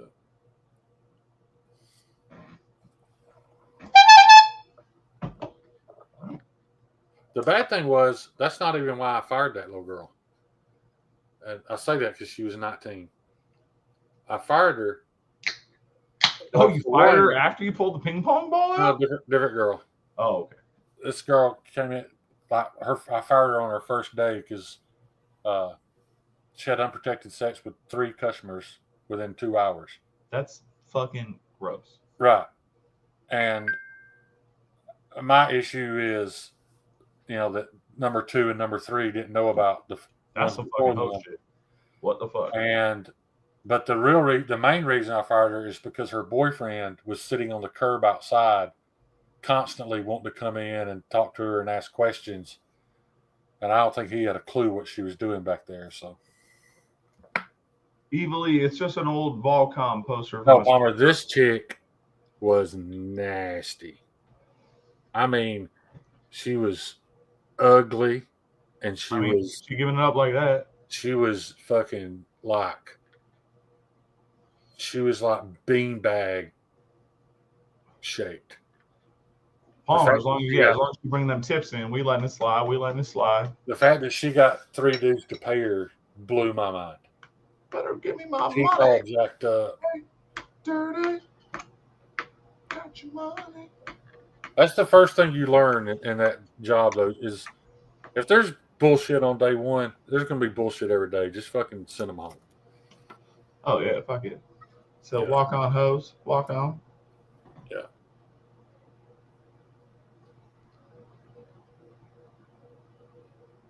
Yeah, Kyle, I agree somewhat. That's what I said. I'll let it slide if I'm the owner. I'm fucking, you better get that money. Shit. Well, the problem with that is, we weren't making any money off of it. Well, that's what I'm saying. She better be forwarding that money. Right. Well, I take that back. A VIP dance is 15 minutes. It's $150, and 50 of it goes to the house. The girl keeps 100. But Shane, how many of them did you bury though? Huh? What? How many times? What? Typically, if she's a dancer who does other things, they've already discussed that amongst themselves, and yeah, but the house just gets 50 regardless. Yeah.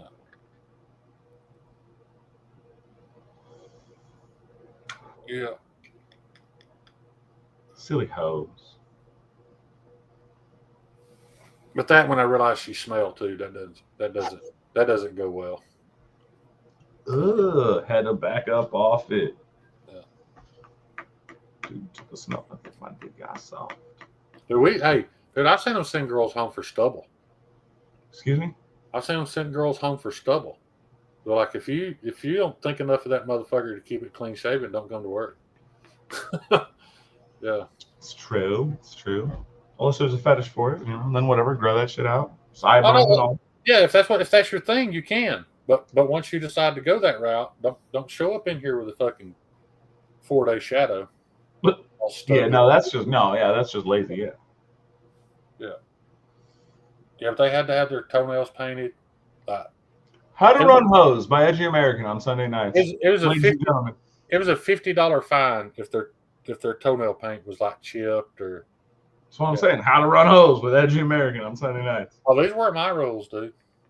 But that's why a lot of guys want to work there though, because they'll find a girl, run up about $500 worth of fines, and then let her work it. Let me reword my question. How many shovels did you go through? Anybody? Shovels? Never fucking heard of a shovel. Yeah.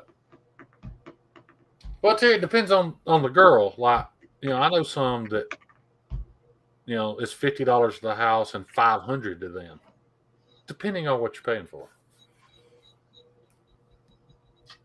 And Arshir, if we were to ever actually see it happening, it was a $1,500 fine. Prostitution had a $50. But you may tell you what else constituted prostitution. If a girl came in and got dressed and realized she left something in her car and went back outside to get it, that's an instant prostitution fine of $1,500. You cannot walk out that door in your uniform. Now you can take it all off, put your sweats back on and all that and go to your car. Hey man, selling ass is legal, but you paying the man for it. Yeah. Well, they're gonna get their money. The man was Bill Davis though. It wasn't Shane. I didn't get none of that money. Well, they had to tip me out every night. They would get all tip me like 10, 15, $20, whatever. Sure. Yeah, it's like running the front of the tattoo shop except it's hose. Yeah. Yeah. I had to walk them to the car. Hose in a respectful manner, y'all know. Like I'd walk them to their car, carry their little luggage that they bring with them, with all their outfits in it, and stand there until they got the car cranked, backed up, and pulled out on Cleveland Avenue. Oh yeah, for sure.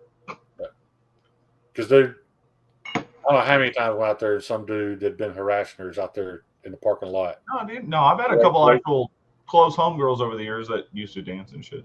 Yeah. And keep in mind, dude, as I don't know what word I want to use, but as nasty as that place was, there's still girls in there that there is no amount of money, and you do not touch them. So yeah. Ooh, hold on, Dasma. We might get a bidding war going, so you got to wait a little bit, and we'll tell you. There's my balls. Denise, no, I live in Alabama. If you want to start the bidding at about, wait, 1,500? 25? What? This is a world. I'm talking finger only. Oh, finger only. I'll let you put your finger in it for 5 minutes for $100. You said 150. Okay, 150. I'll do that. We're gonna have time limits though. I mean, you ain't getting too much of that going on. There's gonna be no sweat. It's gonna be dry. It was. I'll tell you this Baby though. powder, I think everybody should work at one for like a week. No, not baby. That's got fragrance. We're gonna use talcum.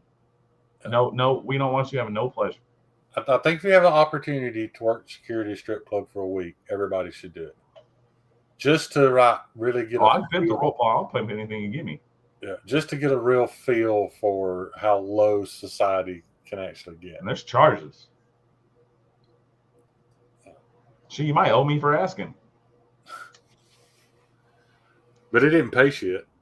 I said, well, the job didn't pay. I made $80 a shift. Kidder don't play no shit. I paid $80. I got paid $80 a shift, which was 8 to 10 hours. And then if I bar backed, I got 10% of what the bartender's tips. But they had to be honest about that. And you knew when they were shorting you too. But and then the girls would tip you when you walk them to their car and stuff.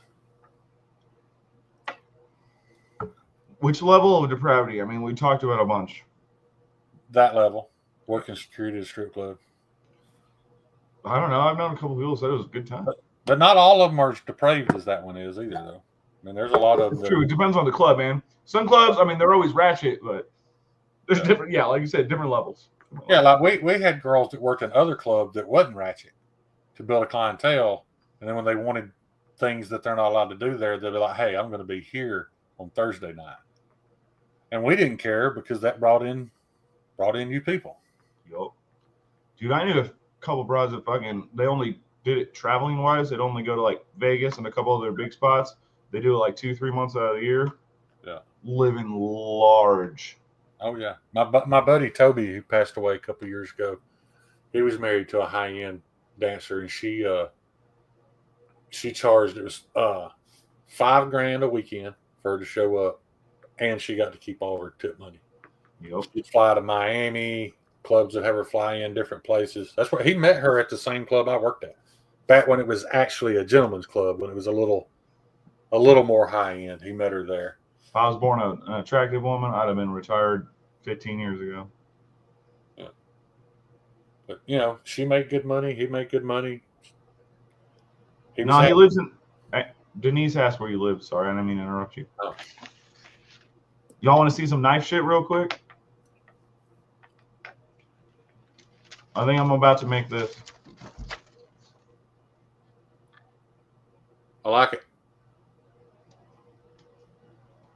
It's about the same size as a Sage 5. Yeah. How you liking that Rex 121, dude? I mean, I've been fucking cutting blunts and shit on this glass tabletop, and it still ain't lost its edge. I can't find it anywhere, though. Thanks, Aiden. I can tell Donnie how I do that swedge. I wouldn't. I don't really know how to do that swedge. I ain't never done a swedge like that. Anyway, I think this is going to be my next proto I'm going to build here coming up maybe in the next month or two. I got to thinking about it, and I didn't even think about the fact that I can do a swedge just like I do my bevels. I could just do it on a jig. You just got to do it with a stop. You got to do that first. Yeah, do it with a stop and everything. I've just been thinking about it the wrong way. So I could definitely. I mean, no, there's something weird about swedges, man. I don't care. Talk to any fucking maker. I guarantee you, other than maybe like a couple fancy dudes. Dude, doing swedges, it's the exact same thing, but it's so much harder, and it don't make no sense. It's because it's so much shallower. Yeah. You know, you got to have it exact, but it's only this fucking tall. Right. And it only, you know, you don't have all this room to like finesse that shit. You know what I mean? Right. I don't know. They fucking blow to do though. Yeah. The only swedge I'm good at is my little ghost swedge because I just muscle memory figured it out. I'm gonna do one soon because I'm sending a knife to DeMarco and he. Thanks, Gaddist. What? Anybody else like that thing?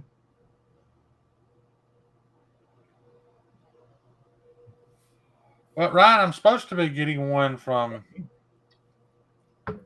OCD for EDC. They keep saying that it hasn't came in yet. I was going to get the FR in anyway because I was going to put AWT scales on, but I don't have the money right this minute anyway. I probably never have the money, in all honesty. As soon as I get money, it's all materials. Right.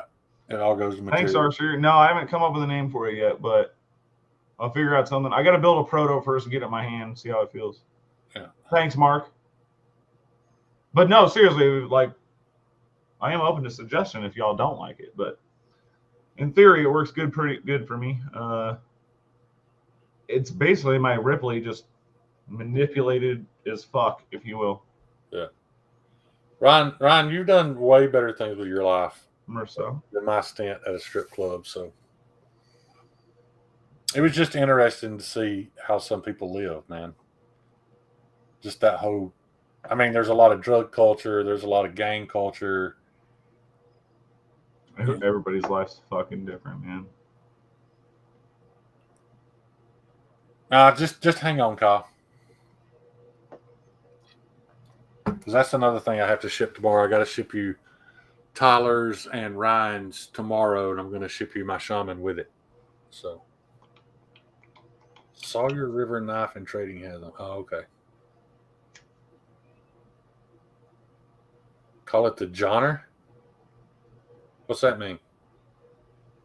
No clue. I mean, if Terry said that, it came from somewhere. Well, yeah, no. Anything in the Alien movie? Yeah, he said sticking with the Aliens franchise names. What was John? Reading it wrong? What is wrong with me right now?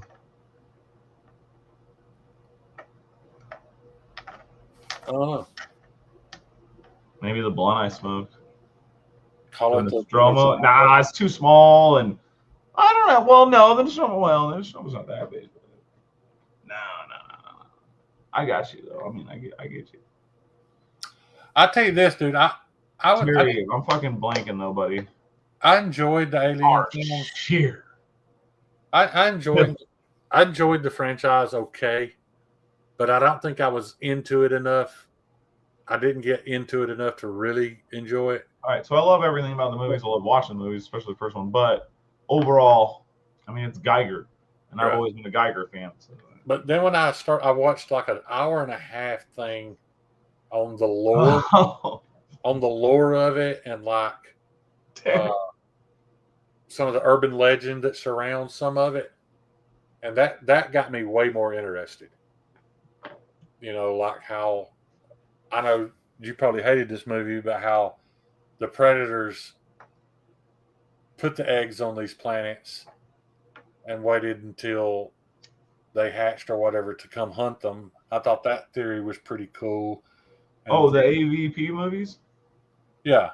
Dude, I love them. Yeah, no, I don't give a fuck. I love the Predator movies. Everybody talked about how Predators was garbage. I loved that movie. Fuck that. I've watched it like 5 times. Dude, all those movies are fun. I don't give a shit. Yeah. Name a cooler, like, alien, badass, like, faux villain that's been recurring that's as cool as either fucking Xenomorphs or the Predators. There's not one. I even thought it was cool the way they tried to interconnect. What was that last Aliens movie? Bugsy, give me 1 sec. Prometheus? Mm-hmm. I like the way that they showed how it like tied into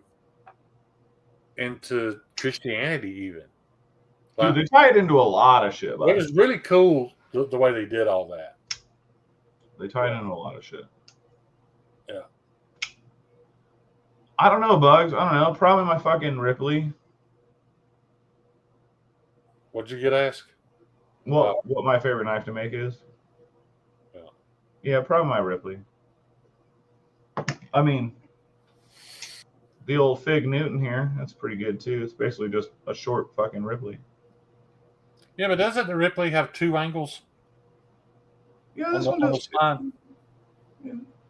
Now show me on the spine of the blade. Show me the Ripley again. Is that not 2? Oh no, that's just where the grind runs into it for that little rhino horn out at the front. Never mind. Right. Okay. Yeah, I basically just bobbed an inch off the rear end and an inch off the blade. Right. I like the Ripley better, but Well, me too. That's my baby. right. I actually never expected anyone to really like buy this. The only reason I made my fucking Vapor models because it looked more normal, and sales of the Vapor compared to the Ripley doesn't even like it pales, which is awesome. I don't give a fuck, but Bugsy, my favorite knife to make, I don't have one here. If you scroll way down my Instagram, you can find one maybe, but my favorite knife to make is the Heathen. It's by far my who the favorite. fuck? But it's a little big and a little bit, I don't know the word to use. Because he drops his knife it's a on little- fucking old boy. It's a little tactical for most people's taste. I'll just say that. What is? The Heathen. Oh yeah. And the Heathen is only a smaller version of the SNT that I made for Scotch and things. I mean, that's a badass knife too, but even Scotch was like, what the fuck am I supposed to do with this? Archer, yes, they're both dope. Also, yeah, I'm weird about the way I name things. A, B, yes. I mean, obviously, Predator, sci-fi movie, that works. But the name, I don't know. Like, I read some about like marketing and all that shit, and nobody knows what the fuck that means, and that's kind of hard to like sell. Like Ripley, it sounds, I mean, like a normal thing. It sounds like a knife thing, you know, like you're ripping something, you know, like people don't know, they don't care. I'm not saying everybody, but you know what I mean, like to a mass trying to appeal, like I don't know. I have no idea. So my Vapor model, originally I wanted to call it Vaporwave, which is like a color theme for like fucking cyberpunk shit. Like purples, grays, teals, fucking anyway. But I figured like a 2-name word, it's just harder to remember and nobody gives a fuck. So that's why it's called the Vapor now, because I just took off the wave. But Bugsy, I mean, this knife has done more for me than any of the others have. So you know, the Thug so ill. That's why I want one. So far has been my best seller. Because it's sweet. Yeah. Kyle, I don't much anymore, but I have and do. Ernie's been trying to get me onto the audio books, and I think I might be into that because I can do it while I'm working. Yeah, put your earbuds in. Because I already listen to like podcasts and shit and music at the same time, so I can listen to a book and music at the same time too. Right. That's a good idea, actually, Ryan. I mean, I don't know if everybody would get it. What's that? Oh yeah. Yeah, I totally did, Terry. Bugsy, whenever you're ready, buddy, I'll tell you this. He's just Ron Perlman, so I never remember his name in any movie. He's just Ron Perlman to me. My turnaround time is not super fast because of restrictions. Because it's high quality handmade shit. Right. Now you will shut the hell up, or you'll get a warm glass to shut the hell up. Kyle, I agree. And the Thug has, and that's why I decided I want to make more Heathen shows, because I want to see if I go back now and add what I've learned since because I have an opportunity. Right, DH is waiting right now. I'm making him a new Heathen because I ruined his. But so I'm really curious to see. Don't be worried about time for getting on my books. I'm really curious to see how much better they will be, just because of the advancements that I've made. For sure, exactly to the point of what Shane just said. We're both slow, but we're both getting better, and it will increase. But you just gotta kind of bear with us right now. Terry, I'd love to make a bigger Thug for sure. But right yeah, now, Bugsy, just hit me up on Instagram or email me, man. We'll talk. Everybody is super. That'll be later in the year. Everybody is super into these pocket-sized fixed blades, so that's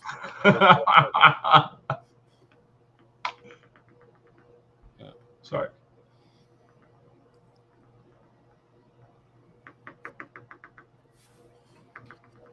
I think I don't know. Maybe it was just because it was the first design I got really excited about. So maybe that's what's that? The Thug?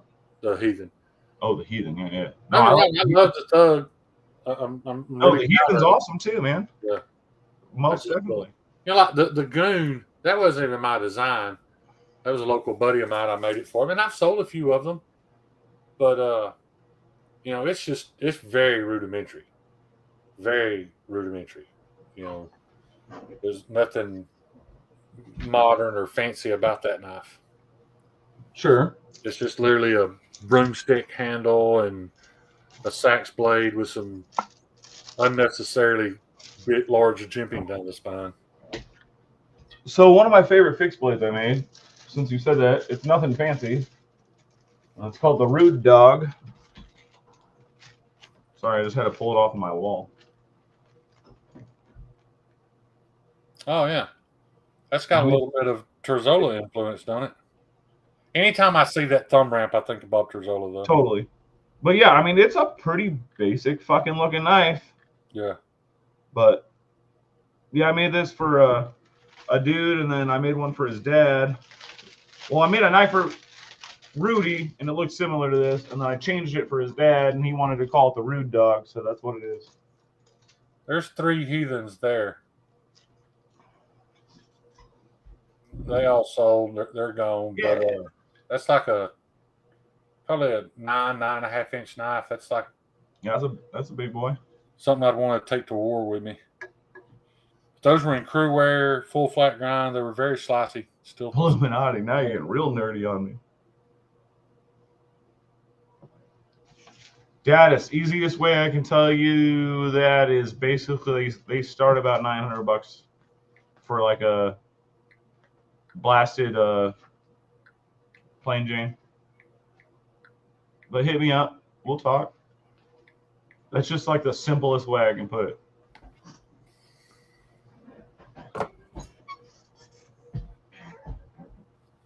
Palmer, I have no idea why YouTube would be hitting you with ads, buddy. Because I know YouTube be fucking me over sometimes with that shit. Yeah, I know for a fact I turned off mid-roll ads because I didn't want that to be a thing. Bugsy, yeah, he specifically wanted me to bring that fucking finger choil down for that reason.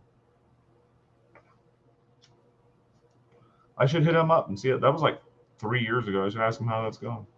Bugsy, that's the reason why I didn't ship these knives. There's many reasons why these knives I wasn't happy with them, but it was just so easy to slide up onto that sharpened edge. Yeah.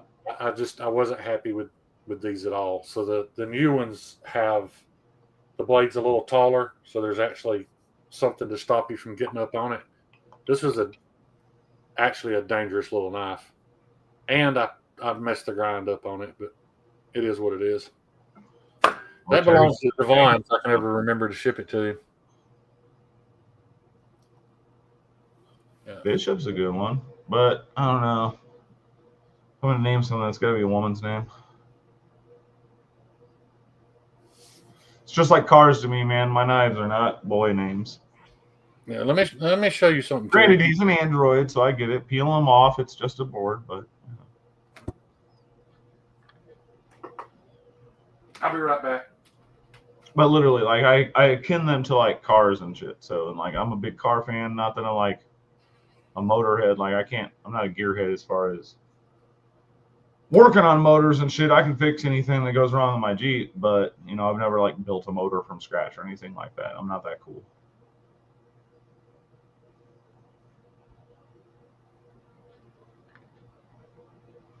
Evil-E, that's the thing. Purple's one of my favorite colors, but like I don't wear it and I don't want it on any of my shit. I just want it on my art and like weird items. You know what I mean? I don't know. A machete. Hold on. What Palmer say? Shit, Kyle.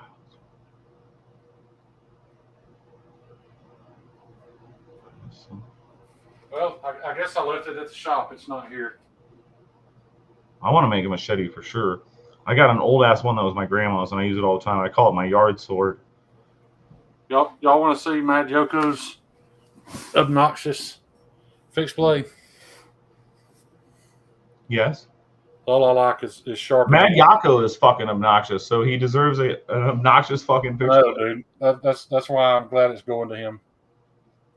He's got like the best, most I'm white gonna trash show you hair I've ever seen. why I scrapped this, and then he said he wanted it. So, but if I can get it all, Oh shit! I actually kind of like that. this is. It looks like a big ass Contego, but better. Well, I don't like the finger hump, but yeah, I don't. The finger hump's was a little too big, and I wish I had cut. it's like a mid guard. I get it, but it's never been my style. I wish I had cut the tail at this angle For the reverse. Yeah, I wish I had reversed it. I think Sure. it'd look better. But he said he wanted it, so I mean that's a sweet looking knife. I don't give a fuck. And I think it fits Tyler too with that, neon green handles, and I don't know if you can tell the purple pins, but I'm almost done with it. I like a little bit of hand sanding clean up, but yeah, Tyler, if you're here, there she is. That clean ass sharpening tool, dude. It'll come out super clean, right in the plunge. But no, I like that, man. I mean, again, it's not my style on the finger hump, but other than that, love everything about it. I really like the blade shape. The finger hump really. What can you guess? What inspired that? That's a Contego. Yeah. Oh. Yeah. And the finger hump is probably a little much, but like I said, that's why I didn't continue making these. But it's got a damn nice blade finish on it, dude. I took it up to 240. Just a little more refined, a little slicker bevel than what I usually do. I want to get a rotary platen so I can do like high belt finishes, like 1,000 grit belt finish. I'll tell you this, Tyler, you get in trouble with this. There's no excuses for carrying this knife. You know what I mean? You just can't come up with a non-violent excuse for owning this. But no, totally, it's for the kitchen. Edgy, the small dangerous knife. Can you cut a finger tool so you can sell? Stevie, I tried on one that I'm going to give away on Javon's. I keep saying that. And I'll tell you, man, it almost makes it look like a cleaver by the time you cut a choil in there.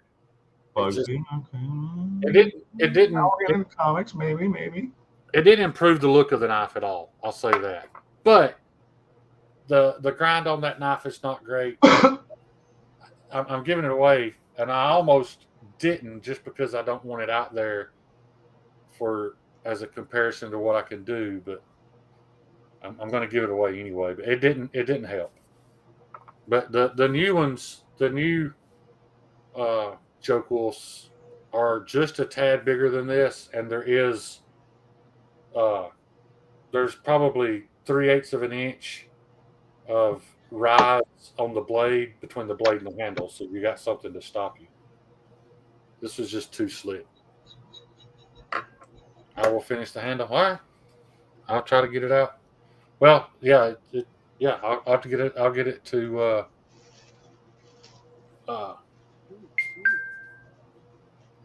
Kyle. I'll get it to Kyle tomorrow. Get it razor sharp.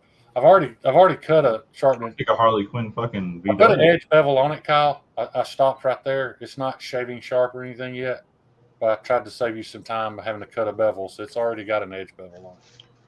Bugsy, I like comics a lot, and I've gotten into them more in my older age, but like, dude, I can't claim to be like a head or a fucking even a nerd about it. You know what I mean? Like, I enjoy the shit, but other than fucking X-Men or Spawn, I don't really know shit about fucking. Ooh, I could call it Spawn. That would be cool. But I feel like I got to know about some shit to name it. You know what I mean? That's why like most of my shit is sci-fi related because I'm a fucking nerd. I would recommend doing a sandpaper progression on that because right now it's just like 120. So if you work your way up from there, you can make those handles really pop and shine. Palmer, that's dope. Donnie, I saw a Harlequin Porsche. What's a Harlequin Porsche? It's probably painted up like that VW, that Jetta. Or, no, it was a Golf. I can't remember. It was one or the other. But it had like every single body panel was a different color. Oh. Yeah, I wouldn't like that. It was like a one-off thing. They only made a few of them.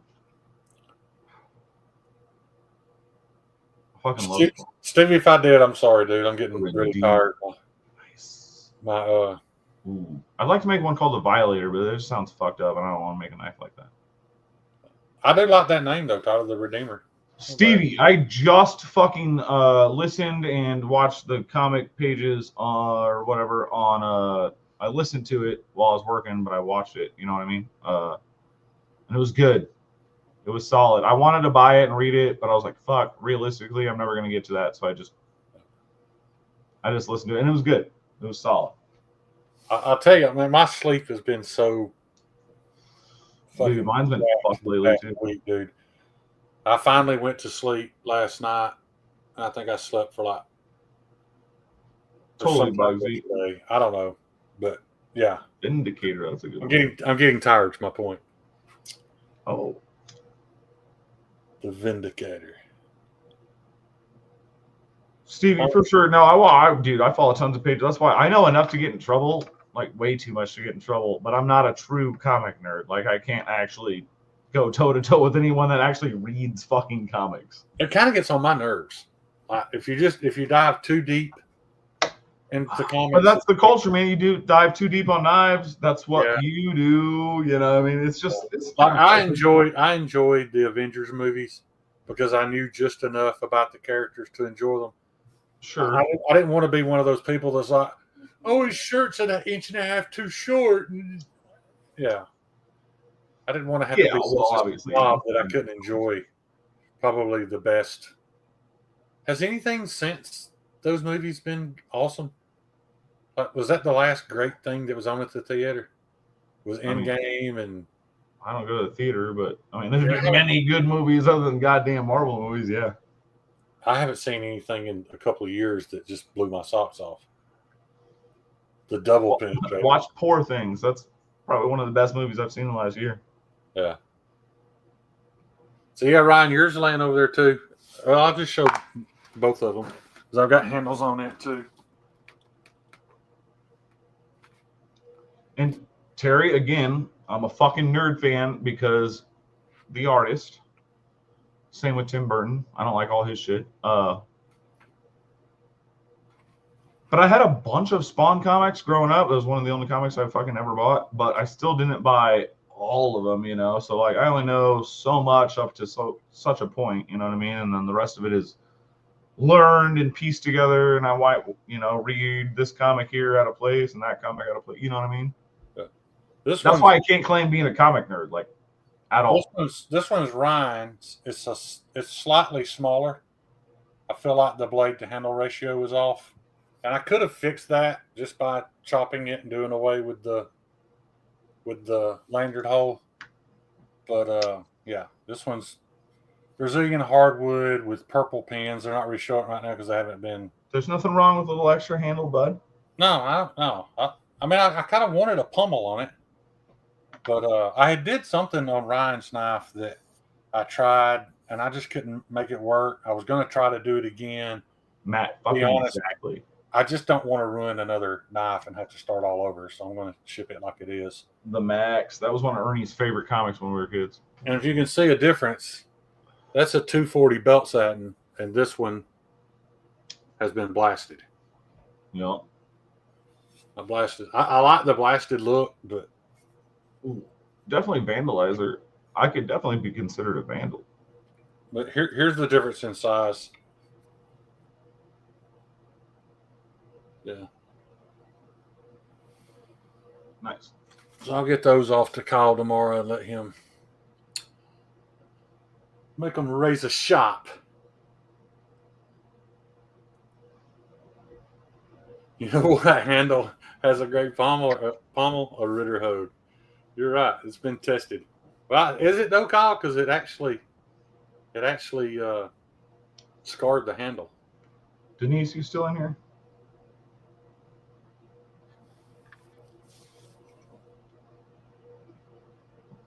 I got the lock bars all drilled for the 4 knives I'm working on for the fucking D10. I'm about to set the D10 lockups tomorrow. So, since we got to talk about comic books, Donnie, me and my cousin Tommy, when we were probably 11, 12 years old, maybe, his sister rented his house It wasn't a house. It was actually an old hunting lodge, and they'd sold off a bunch of the land, so they weren't using it as a hunting lodge anymore. And she rented it. It's kind of cool, rustic looking cabin, looking kind of home. And Tommy and I climbed up. We noticed that there was a attic entrance, and in one of the closets, and we climbed up there and found this box. So we bring the box down, and the box was full of comic books. It was years later, dude. Like we destroyed those comic books. Oh, We didn't take care of them. We didn't know what they were. We read them, and we'd set a glass of water on. We destroyed them. yeah, man. I ain't never saved nothing that was worth money. So dude, it was literally Superman 1, Spider-Man 1. When I looked up the values, Spider-Man 1? The most valuable one in there was a comic I'd never heard of. It was called The Red Claw. Yeah. We had number 1 of The Red Claw. Dude. And there was like 100, but every single one of them were issue 1s. They were all the very first. Were they already beat when you saw them though? Like, no, not in a AA condition or whatever. No, they were all perfect. Yeah, you fucked up on that Spider-Man, dude. I know a homie had one, and he paid fucking buku for that. Let me tell you how the end game, how we actually ended up destroying all of them in one night. We went out riding our bikes, and we didn't get home till after dark, and we'd left his bedroom light on and the window open. I'd never seen it. We came in, Donnie, there was literally thousands of those hard shell flying bugs. They were everywhere, dude. We rolled those comic books up. Took us like 2 hours to smash those bugs with them. Yeah, we don't even like to talk about superheroes to kill the innocent bugs. I get it. Yeah, I get it. But there was no way to get them out. We couldn't sleep in there; they'd be crawling on you. You know the ones that look like little tanks, the little hard when you step on the crunch. Yeah. Yeah, they were all there. We had no idea they were worth money. Damn, Kyle. Not June bugs, Derek. It's the little light brown. Yeah, I mean, my dad had all the original Superman comics and shit too, and he fucked them off. So, and we thought wrecked all the cool cars he had. We thought they were lame because like the cartoon work was so old and rudimentary. I mean, yeah, that's every generation ever, bud. Yeah. Had no idea what we were destroying. Yeah. Yeah, Kyle. Like your dad uses Mickey Mantle baseball cards. But Mickey Mantle, when I was into baseball, if Ryan's still here, he can tell you. I think still to this, last I researched, the most expensive baseball card on the planet was a Ted Williams, but it wasn't a Topps. It came in a brand of tobacco. Maybe it was a Leaf brand. Ted Williams at that time was like, I don't even remember how many hundreds of thousands of dollars it was worth, and then Mickey Mantle's rookie card was right after that. Right. Yeah. Okay, I want to see that when you do it, buddy. Oh, yeah. What the fuck?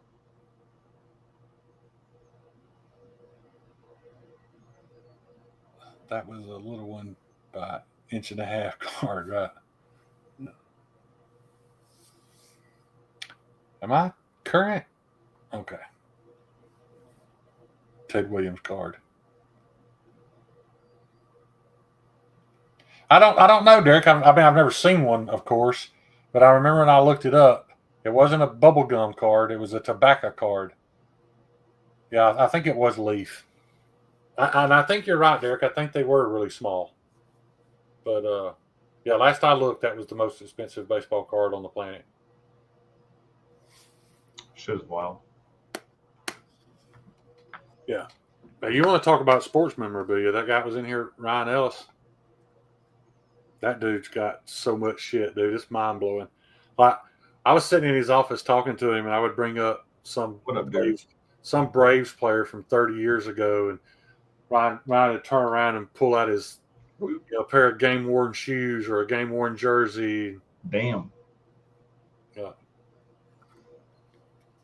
He's got a pair of cleats from a LSU pitcher. I can't remember the guy's name, but it's the one that's dating Livy Dunn right now. I was like, dude, I'd have paid for those cleats just for the mere thought they may have kicked him some inches off before he climbed in bed with Livy Dunn at one point in time. Like he said, he's like, she may have even, stood on these cleats to reach him because she's really short. Polsky, yeah, that's him, Palmer. He's got a pair of his autographed purple LSU cleats. All they had to do was crush a can and did the same thing as the fucking cards. Yeah.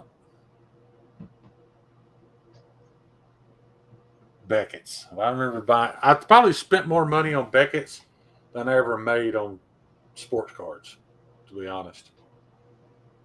Yeah, I was never into the sports, so I never bought sports cards. Yeah, I only got into them because my older brother. We didn't grow up together. I was adopted, but he's actually my brother, and I always looked up to him a lot. And he collected cards, so I got into collecting cards. Sure. I had the '85 Topps mint set, which is probably the greatest mint set of baseball cards of all time. I mean, you're talking about Mark McGwire's rookie, Cal Ripken Jr.'s rookie, Eric Davis, Darryl Strawberry, just Jose Canseco, so many. I got wrestling and garbage. I didn't even know they made wrestling cards, Derek. But I was big into wrestling for a long time. Yeah, my homeboy Meatloaf is. Oh, y'all know what today is, right? Today's fucking 316 day. Can I get a hell yeah in the chat? Surely somebody here knows what that is. I do, but I ain't no credit. Can I get a hell yeah? There we go, Tyler. Austin, Stone Cold Steve Austin 316. I know who it is. Yeah, it's March 16th, Stone Cold Day. Yeah, that's just not my jam. I love that shit, dude. That was the greatest entrance music of all time, Tyler. That glass crashing when Stone Cold would come out, literally my hair would stand up on my arms. I'd get so excited. And I knew the shit was fake. I didn't care. I just loved, because that was a time in my life when I had just been just this, this corporate, yes sir, no sir kind of guy. And then Stone Cold came out and said, did he radicalize you? He just said everything to his boss that you've always wanted to say and couldn't. Shit, I always have. Yeah. Well, at the time, I didn't think I could. That's fair. I've never had a real job, though. Yeah. That's the problem with most tattoo artists. Every tattoo artist I've ever been around, their biggest issue is they've never had a real job. I'm proud of it. Yeah. I'm not saying it's a bad thing. I'm just saying almost all of their lack of social skills is because they never had a real job. Oh, yeah, that's the problem. I got social skills, but I ain't got no respect for authority. Right. Yeah. Shit, my boss was my friend, and I fucking didn't like him. So, Thought I actually started to make that the intro to my live streams, but I'm sure Stone Cold would fucking copyright strike me. He's old now. You can fight him. It is there in Connecticut, Palmer. I haven't watched wrestling since Tupac was the 1, 2, 3 kid. Yeah. Yeah. I never kept a real job. I like it. I'll be honest with you. I always thought The Undertaker was extremely hokey. I thought that was the hokiest bit in wrestling, was The Undertaker. I just never got it. Denise, no, that's a little too, what do I want to say? Zodiac stuff for me, man. No, I'm not in that. I bet you think we went to the moon, too, didn't you? I'm just kidding. Let me tell you something about that, Donnie. I'm kind of pissed off because I don't know what's real anymore. No, it's just not my style, Denise, but I appreciate it. Because now I know you're not keeping up with all that, but now Elon Musk is saying that we never went to the moon. He's got access to all this information. I just don't know what was real anymore. I mean, how can you? Right. I mean, it's just like the fact that the whole Vietnam War started over Vietnam attacking this Navy ship out in the Gulf. That shit never happened. They've admitted it now that it never happened. Oh, I know. But yet, hundreds of thousands of teenage kids died over something that never happened. How do we just? It's weird that people aren't madder about it than they are. But I guess because it was, fucking 50 years ago, nobody cares anymore. Populace don't care, man. No, fuck no. Yeah. If that ain't fucking at their doorstep, they don't care. Yeah. Why do you think I stay home? Can't be dealing with the folk outside. Ryan, why didn't you show me that one, dude? Apparently, Ryan has a baseball signed by Jackie Robinson. Oga boga. That's pretty damn cool.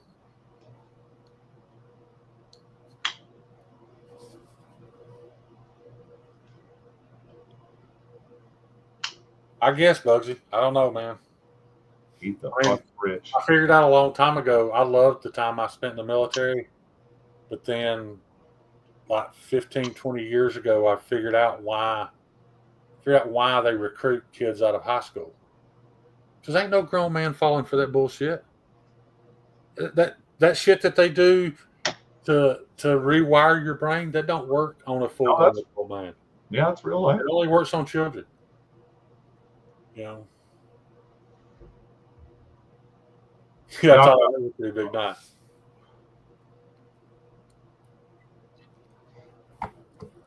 Yeah, but Buzz Aldrin, did he get in a fight over somebody just wanting to talk about it? Like, he wanted to talk about it.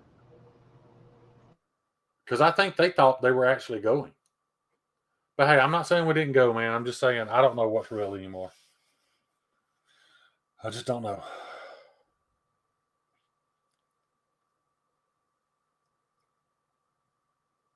Yeah, Ed, even Trump said that the reason why he didn't release the JFK information is because there are people still alive that it could affect negatively. Well, what the fuck does that mean?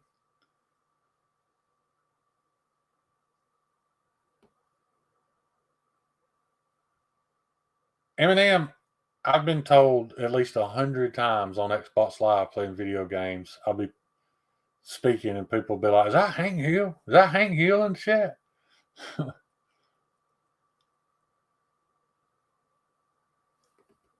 It certainly is, Jeffrey.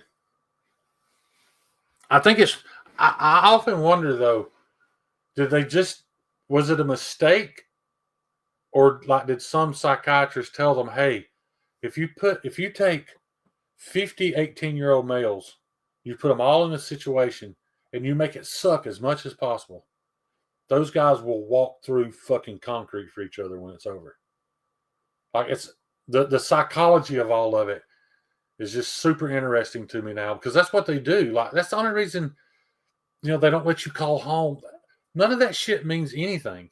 They do stuff to you to make you miserable so that you bond. Like, 18-year-old males will bond over misery ahead of everything else. And that's how they get you to do their bidding. They make you miserable. It's called brainwashing. Yeah. I just wonder if there was a study that they did to figure that out, or if it just worked out that way. It's the fucking government. Of course they knew what they were doing. Yeah. Fucking cunts. Yeah. Fucking cunts. Yeah. We got no business a lot of places, But in the words of Dennis Leary, we got the bombs. Yeah. We're bullies. Yeah. Yeah. I mean, I hate to take away from any of the good that we've done, but I don't think there's been any good done that we didn't profit from somehow or another. Brian, did like a new anime come out? Did you fucking blow your first load this month? What just happened? You're talking about needing a beer you don't drink? Man, you definitely blew load.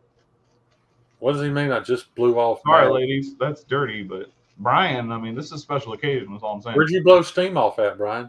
I don't know. He's freaking out. Did you do a rant on Instagram that we missed? Are you freaking out, Brian? Brian, talk to us. We need the goddamn information. You're harboring. Yeah, exactly, Crispy. That's what I'm talking about. Like, you know, some of my closest friends are guys that I only spent 4 years with, but yeah. Brian's been dealing with a maker bragging about money and insulting types like you guys. Oh. You care to share who this maker Brian, is? fucking rip it up.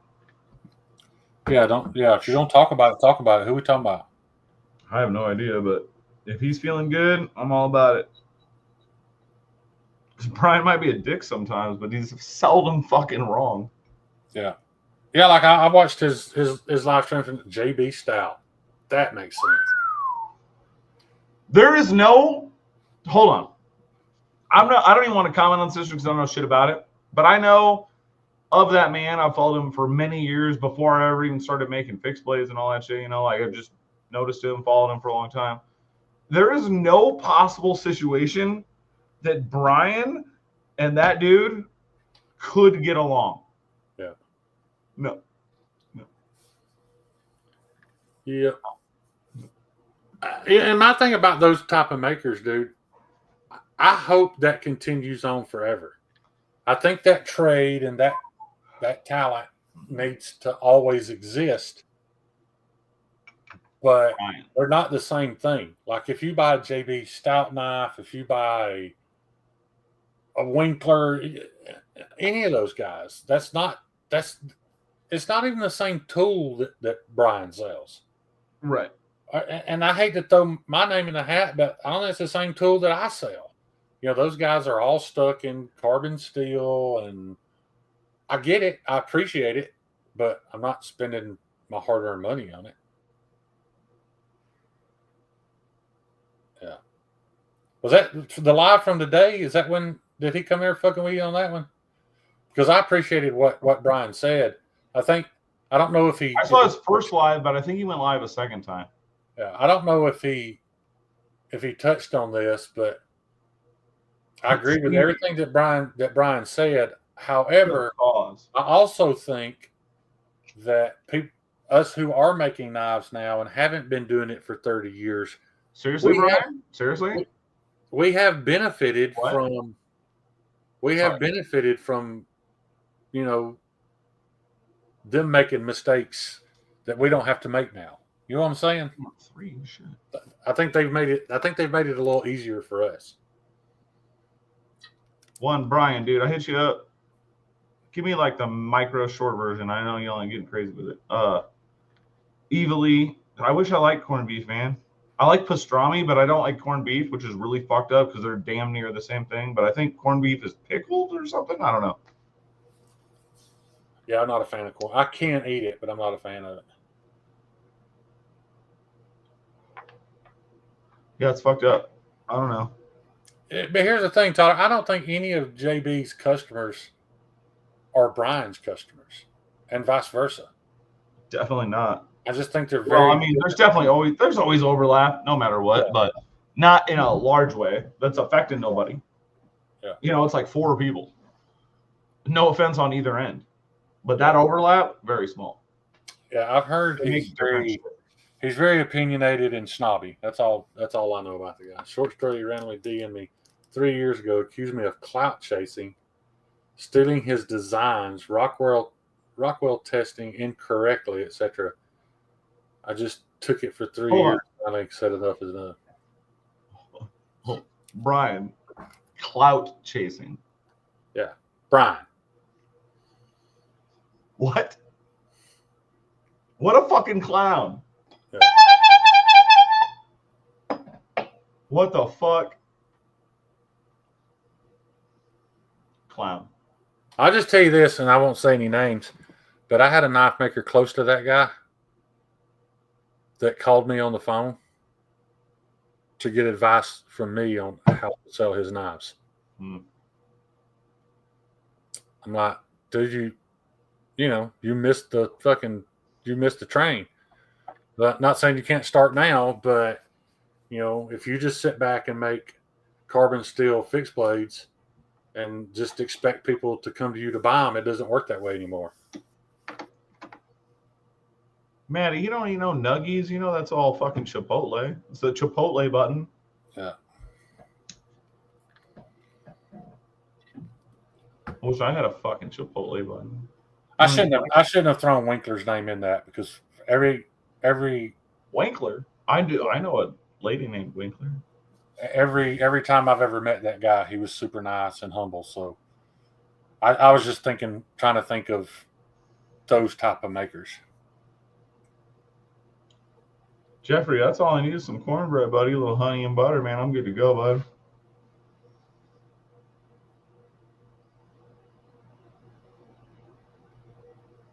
Yeah, I mean, that's literally what he shows himself to be, Brian, in all of the social media I've ever seen. Yeah. And I'll be honest with you, dude. And he only grinds shit to 60 grit. Yeah. Some of those knives, dude, I can't tell the difference between them and an $80 cold steel fixed blade. Like, I can't even remember the name of the knife I'm wanting to say, but I know people in here own them, so I don't want to. It don't even matter, Brian, because you about to do big shit, bud.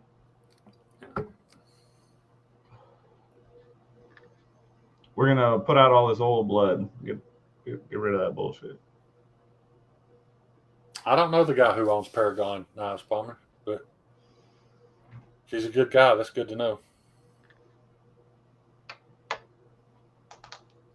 Yeah, I'm gonna have to go back and check this out. Was this did y'all have it out on a live stream? Is this something we can go watch, Brian?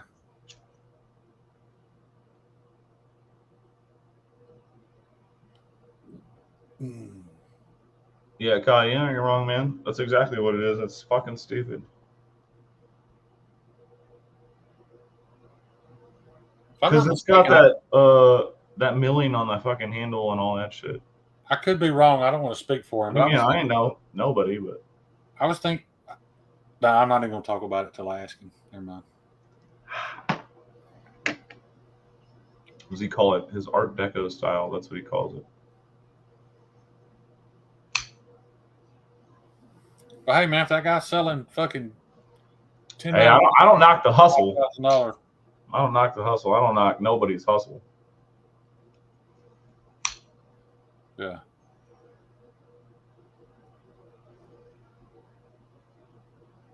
And now they're made by Hypercut. I was thinking about trying to get Hypercut to make me some shit at some point.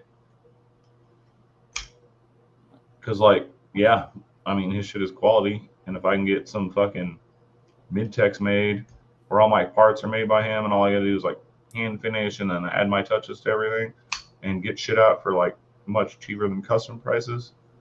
Right. But all here and between me and one other person, that's a goal of mine, and it would be sick. I didn't see where Alex Steingraber went live defending Super Steel Steve. I missed that. I haven't attempted to defend Super Steel Steve because Steve fucked up, but he admitted he fucked up. He apologized for fucking up, and he's making good on it. I mean, the whole situation really ain't none of us need to fucking comment on it anyway. It's between those two. Exactly. Over a year period. I mean, it's not like neither one of them didn't know about it. So, yeah. Sure, it came to a head publicly or whatever, but fuck, dude, the drama revolved around that is just stupid as fuck. Yeah. I add a can of cream corn into the mix, something I borrowed from him. See, I get that, and I bet it's banging on the consistency as far as the moisture goes, but, like, I don't really want chunks of shit in my goddamn cornbread, and I love cream corn, don't get me wrong, and I love corn, and I love corn fritters even, but cornbread is like this weird sacred thing to me, and it's got to be a certain way. I was just attached to that whole situation simply because I know what it must be like to go on YouTube and admit I'm struggling so much financially. Derek, that's already paid for it? Yeah. That I had to make other people's shit to pay my rent. And I had to make that priority ahead of you. That had to suck. Yeah. Again, the situation is as real as Steve made it. Like, it's hard to actually do that in any form of quick fashion to make up for that. Yeah. That's why I don't take no money till my shit is fucking done, like in a box, ready to be wrapped up, like with a fucking address on it. And then I'm like, okay, it's done. Yeah. Well, see, this is another thing though, Donnie. Like, I've had people pay me ahead of time, and I hate it. I hate the stress of it. But at the same time, I won't do it. At the same time, there wouldn't have been another knife or another 2 or 3. No, I get it. Yeah, I mean, certain occasions, but on a normal basis, no. Like, if I gotta buy nowadays, if I have to buy a super expensive material, sure, I might take a little money up front if it's offered, but still, Well, the biggest thing is, I think they both learned from the situation. You know, it's totally, yeah. And they both seem to be publicly like, "Ooh, we're all good now." So, yeah, drama. We're all school children. Yeah.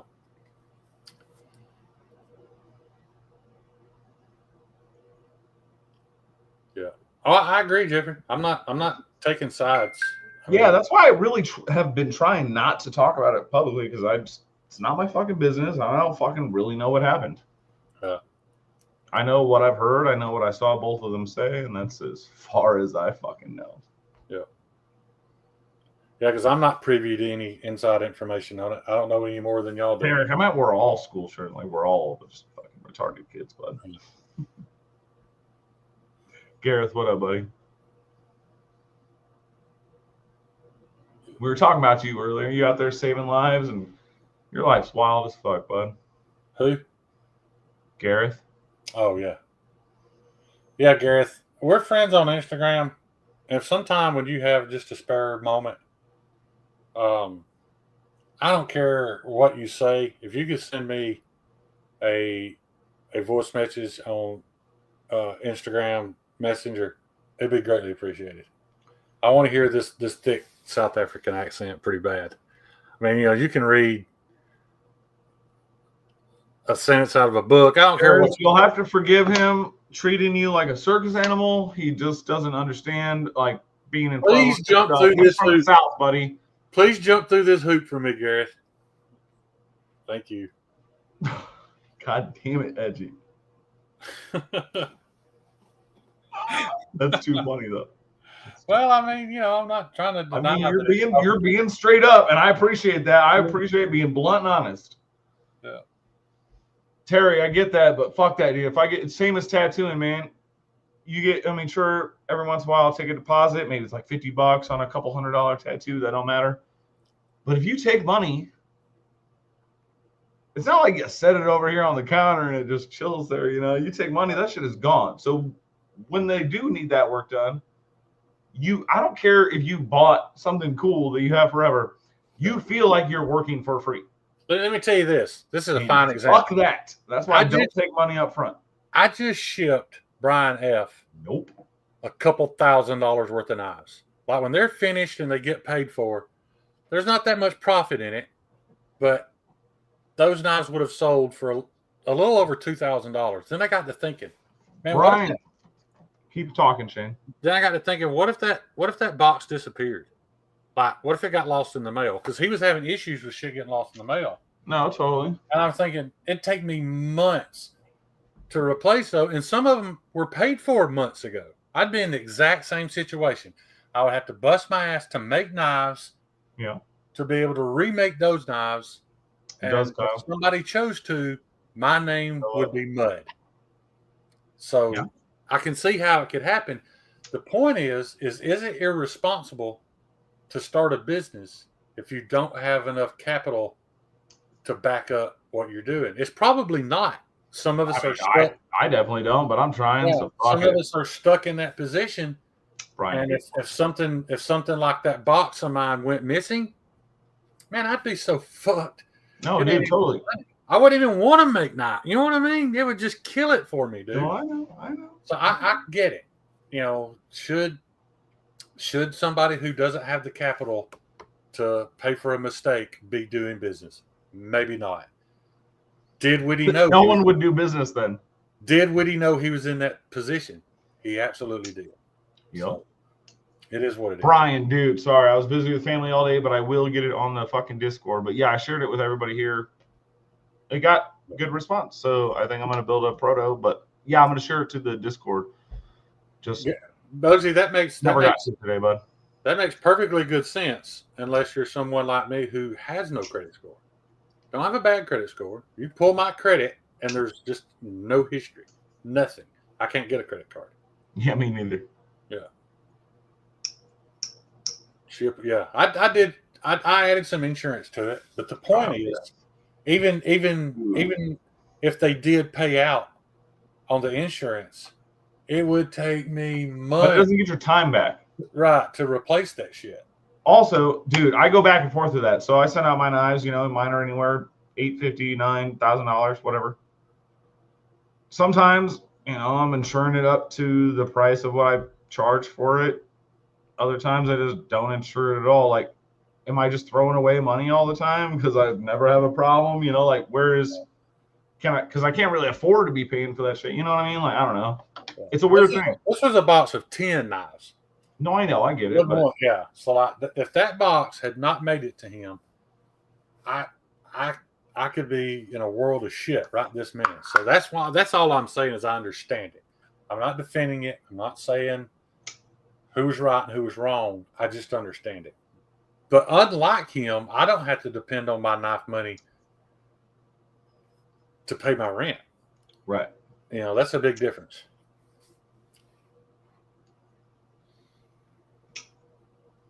Yeah.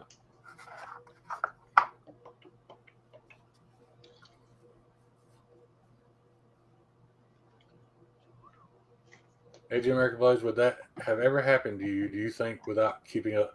Yeah, the communication definitely made it worse, Derek. Because, you know, if you ask Steve, he would tell you that we're friends, and I would say that we're friends. And he don't communicate well with me at all either. Todd Carl, we don't kink shame, buddy. You get it.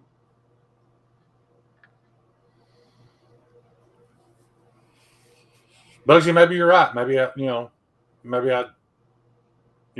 ignorant to all that and haven't looked into it and wouldn't know. Maybe it is that easy. Maybe it's not that easy for a convicted felon. Maybe it's not that easy for a convicted felon, though. I don't know.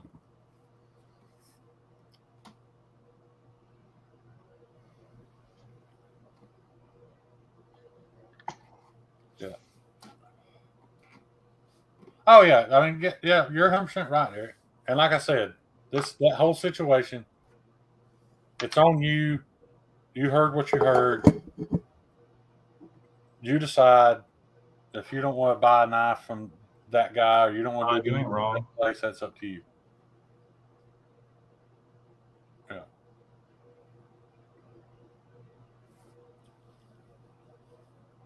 But it's like, who's it on? If it gets lost in shipping, like, should I feel bad about it or should they like feel bad about it?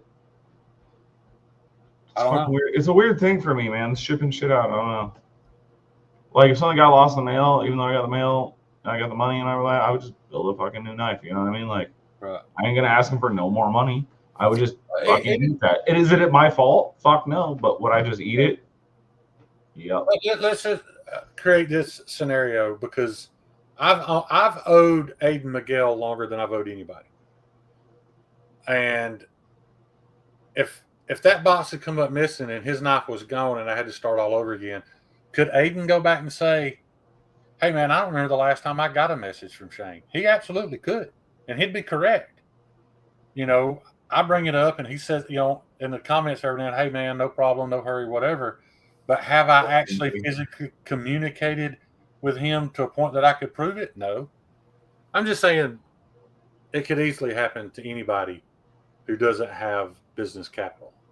Well, I mean, shit, dude. I mean, not in the same fashion, but just fuck it up and not be able to either afford to get new shit or taking too long to do shit. Basically, half of November and all of December, I fucked up a few blades, had to wait for new materials and shit.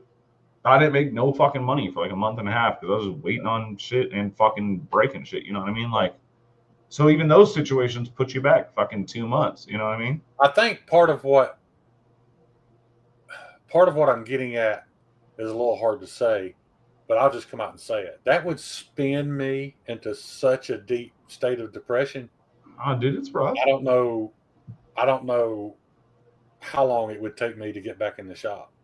And that's Dude, I fucking stupid and it sounds weak, and I know that, but I'm just speaking the truth. But fucking yes, I don't give a shit. I would have called all those people. Crispy, what you mean? No, totally, man. Fuck, dude, I broke that fucking $100 counterboard the day I fucking got it after I broke the last one. And dude, I was fucking defeated for the day, bro. Yeah. I went upstairs, started cooking food with Ernie. Like, That was like half empty. I was finishing his knife, putting a little final buff on. In all honesty, Donnie, I should have just put it in the box. Yep. But I want it to be a little better. Perfection is the enemy of good. Buffer caught it, slung it straight tip down into the concrete. And now I've got to start all over. And I've had just that walk man, away and just go home. Yeah, that man gave me his money. I spent it living or buying more materials. I don't have it. I'm fucking trying, bud. Yeah. Fucking trying. Luckily, my little sister went to school for that shit and got a nice degree, so I got help. For what? Business shit. Yeah. I'm terrible about that. I've always been, dude, I worked at a tattoo shop for 20 years since I was in high school. You know what I mean? Like, right. I ain't fucking done or worried about a goddamn thing in my life until the last 5 years. Well, I hope this is the last time I ever do bring it up, but I wanted to bring it up one more time because I wasn't stressed out. I wasn't stressed out because me and Steve were friends. That situation had nothing to do with me. In all honesty, I didn't care. It just opened my eyes to how easily it could happen to me. Are there differences? Sure. But that's why I was so stressed out about it, because I'm like, and what would happen? You know, how would I handle that? Jeffrey, I don't even like money, dude. Fucking hate it. All I need is weed and a little coffee. I'll be good to go. I don't need beer. I don't need cigarettes. I don't need shit. I just want to like make stuff and live. Yeah. You're right, Gareth. When you put it in a box, it's left to the gods. You're 100% right. The very first knife I ever shipped wasn't a knife I made. I shipped it to somebody for a giveaway. And they sent me back a picture a week later of this box clearly cut open with a razor blade and the knife taken out of it. And I asked him, I said, why would they even leave that on your doorstep? He said, I asked the same thing. He said, but if it has a postal label on it, Right. If the label's not destroyed, they have to deliver that label, regardless of what it's attached to. So they dropped the empty, cut open box. Well, who could have cut it open? The only people that had it was USPS. So somebody at USPS opened the box, took my shit. Yep. Yeah. That's why makers that put their knives on their fucking... No, I'm not saying that happened to you, but I'm saying makers that put like blah, blah, blah knives on the outside of their fucking packaging. Right. Fucking get with the times, bro. Don't do that. Right. Bugsy, I'm about to get a P.O. box to fucking mail out of, so my name's not even on my shit. I 100% believe that, Bugsy. He is hard to get a hold of. But in the end, people that want his knives are going to buy his knives. People that don't aren't. So it is what it is.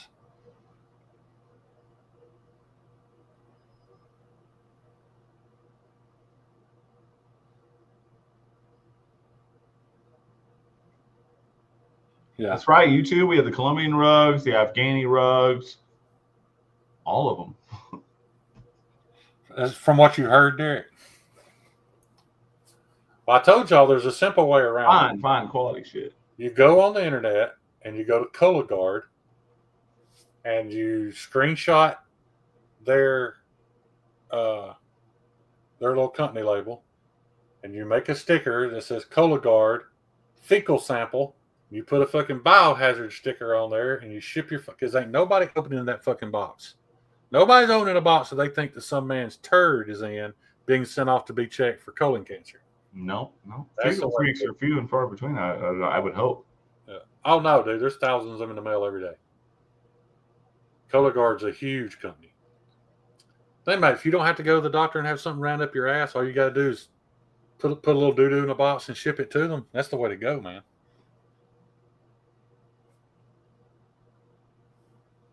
Ryan, I open it. I don't. Ryan wouldn't just open it. He'd make a video You judging. got that fucking morbid curiosity. Yeah. Probably even smell it too, just to make sure, right? Yeah. You'd look at it, you'd be like, yeah, that's a turd. Yeah. I know. I see you. Guys, I'm fixing to have to get off here. I got to get some sleep. I got shit I've got to get done tomorrow. Heard that. And I've been online for. Yeah, dude. I told you it was gonna be a long night, dude. I did it with him last week, man. It was a long fucking night.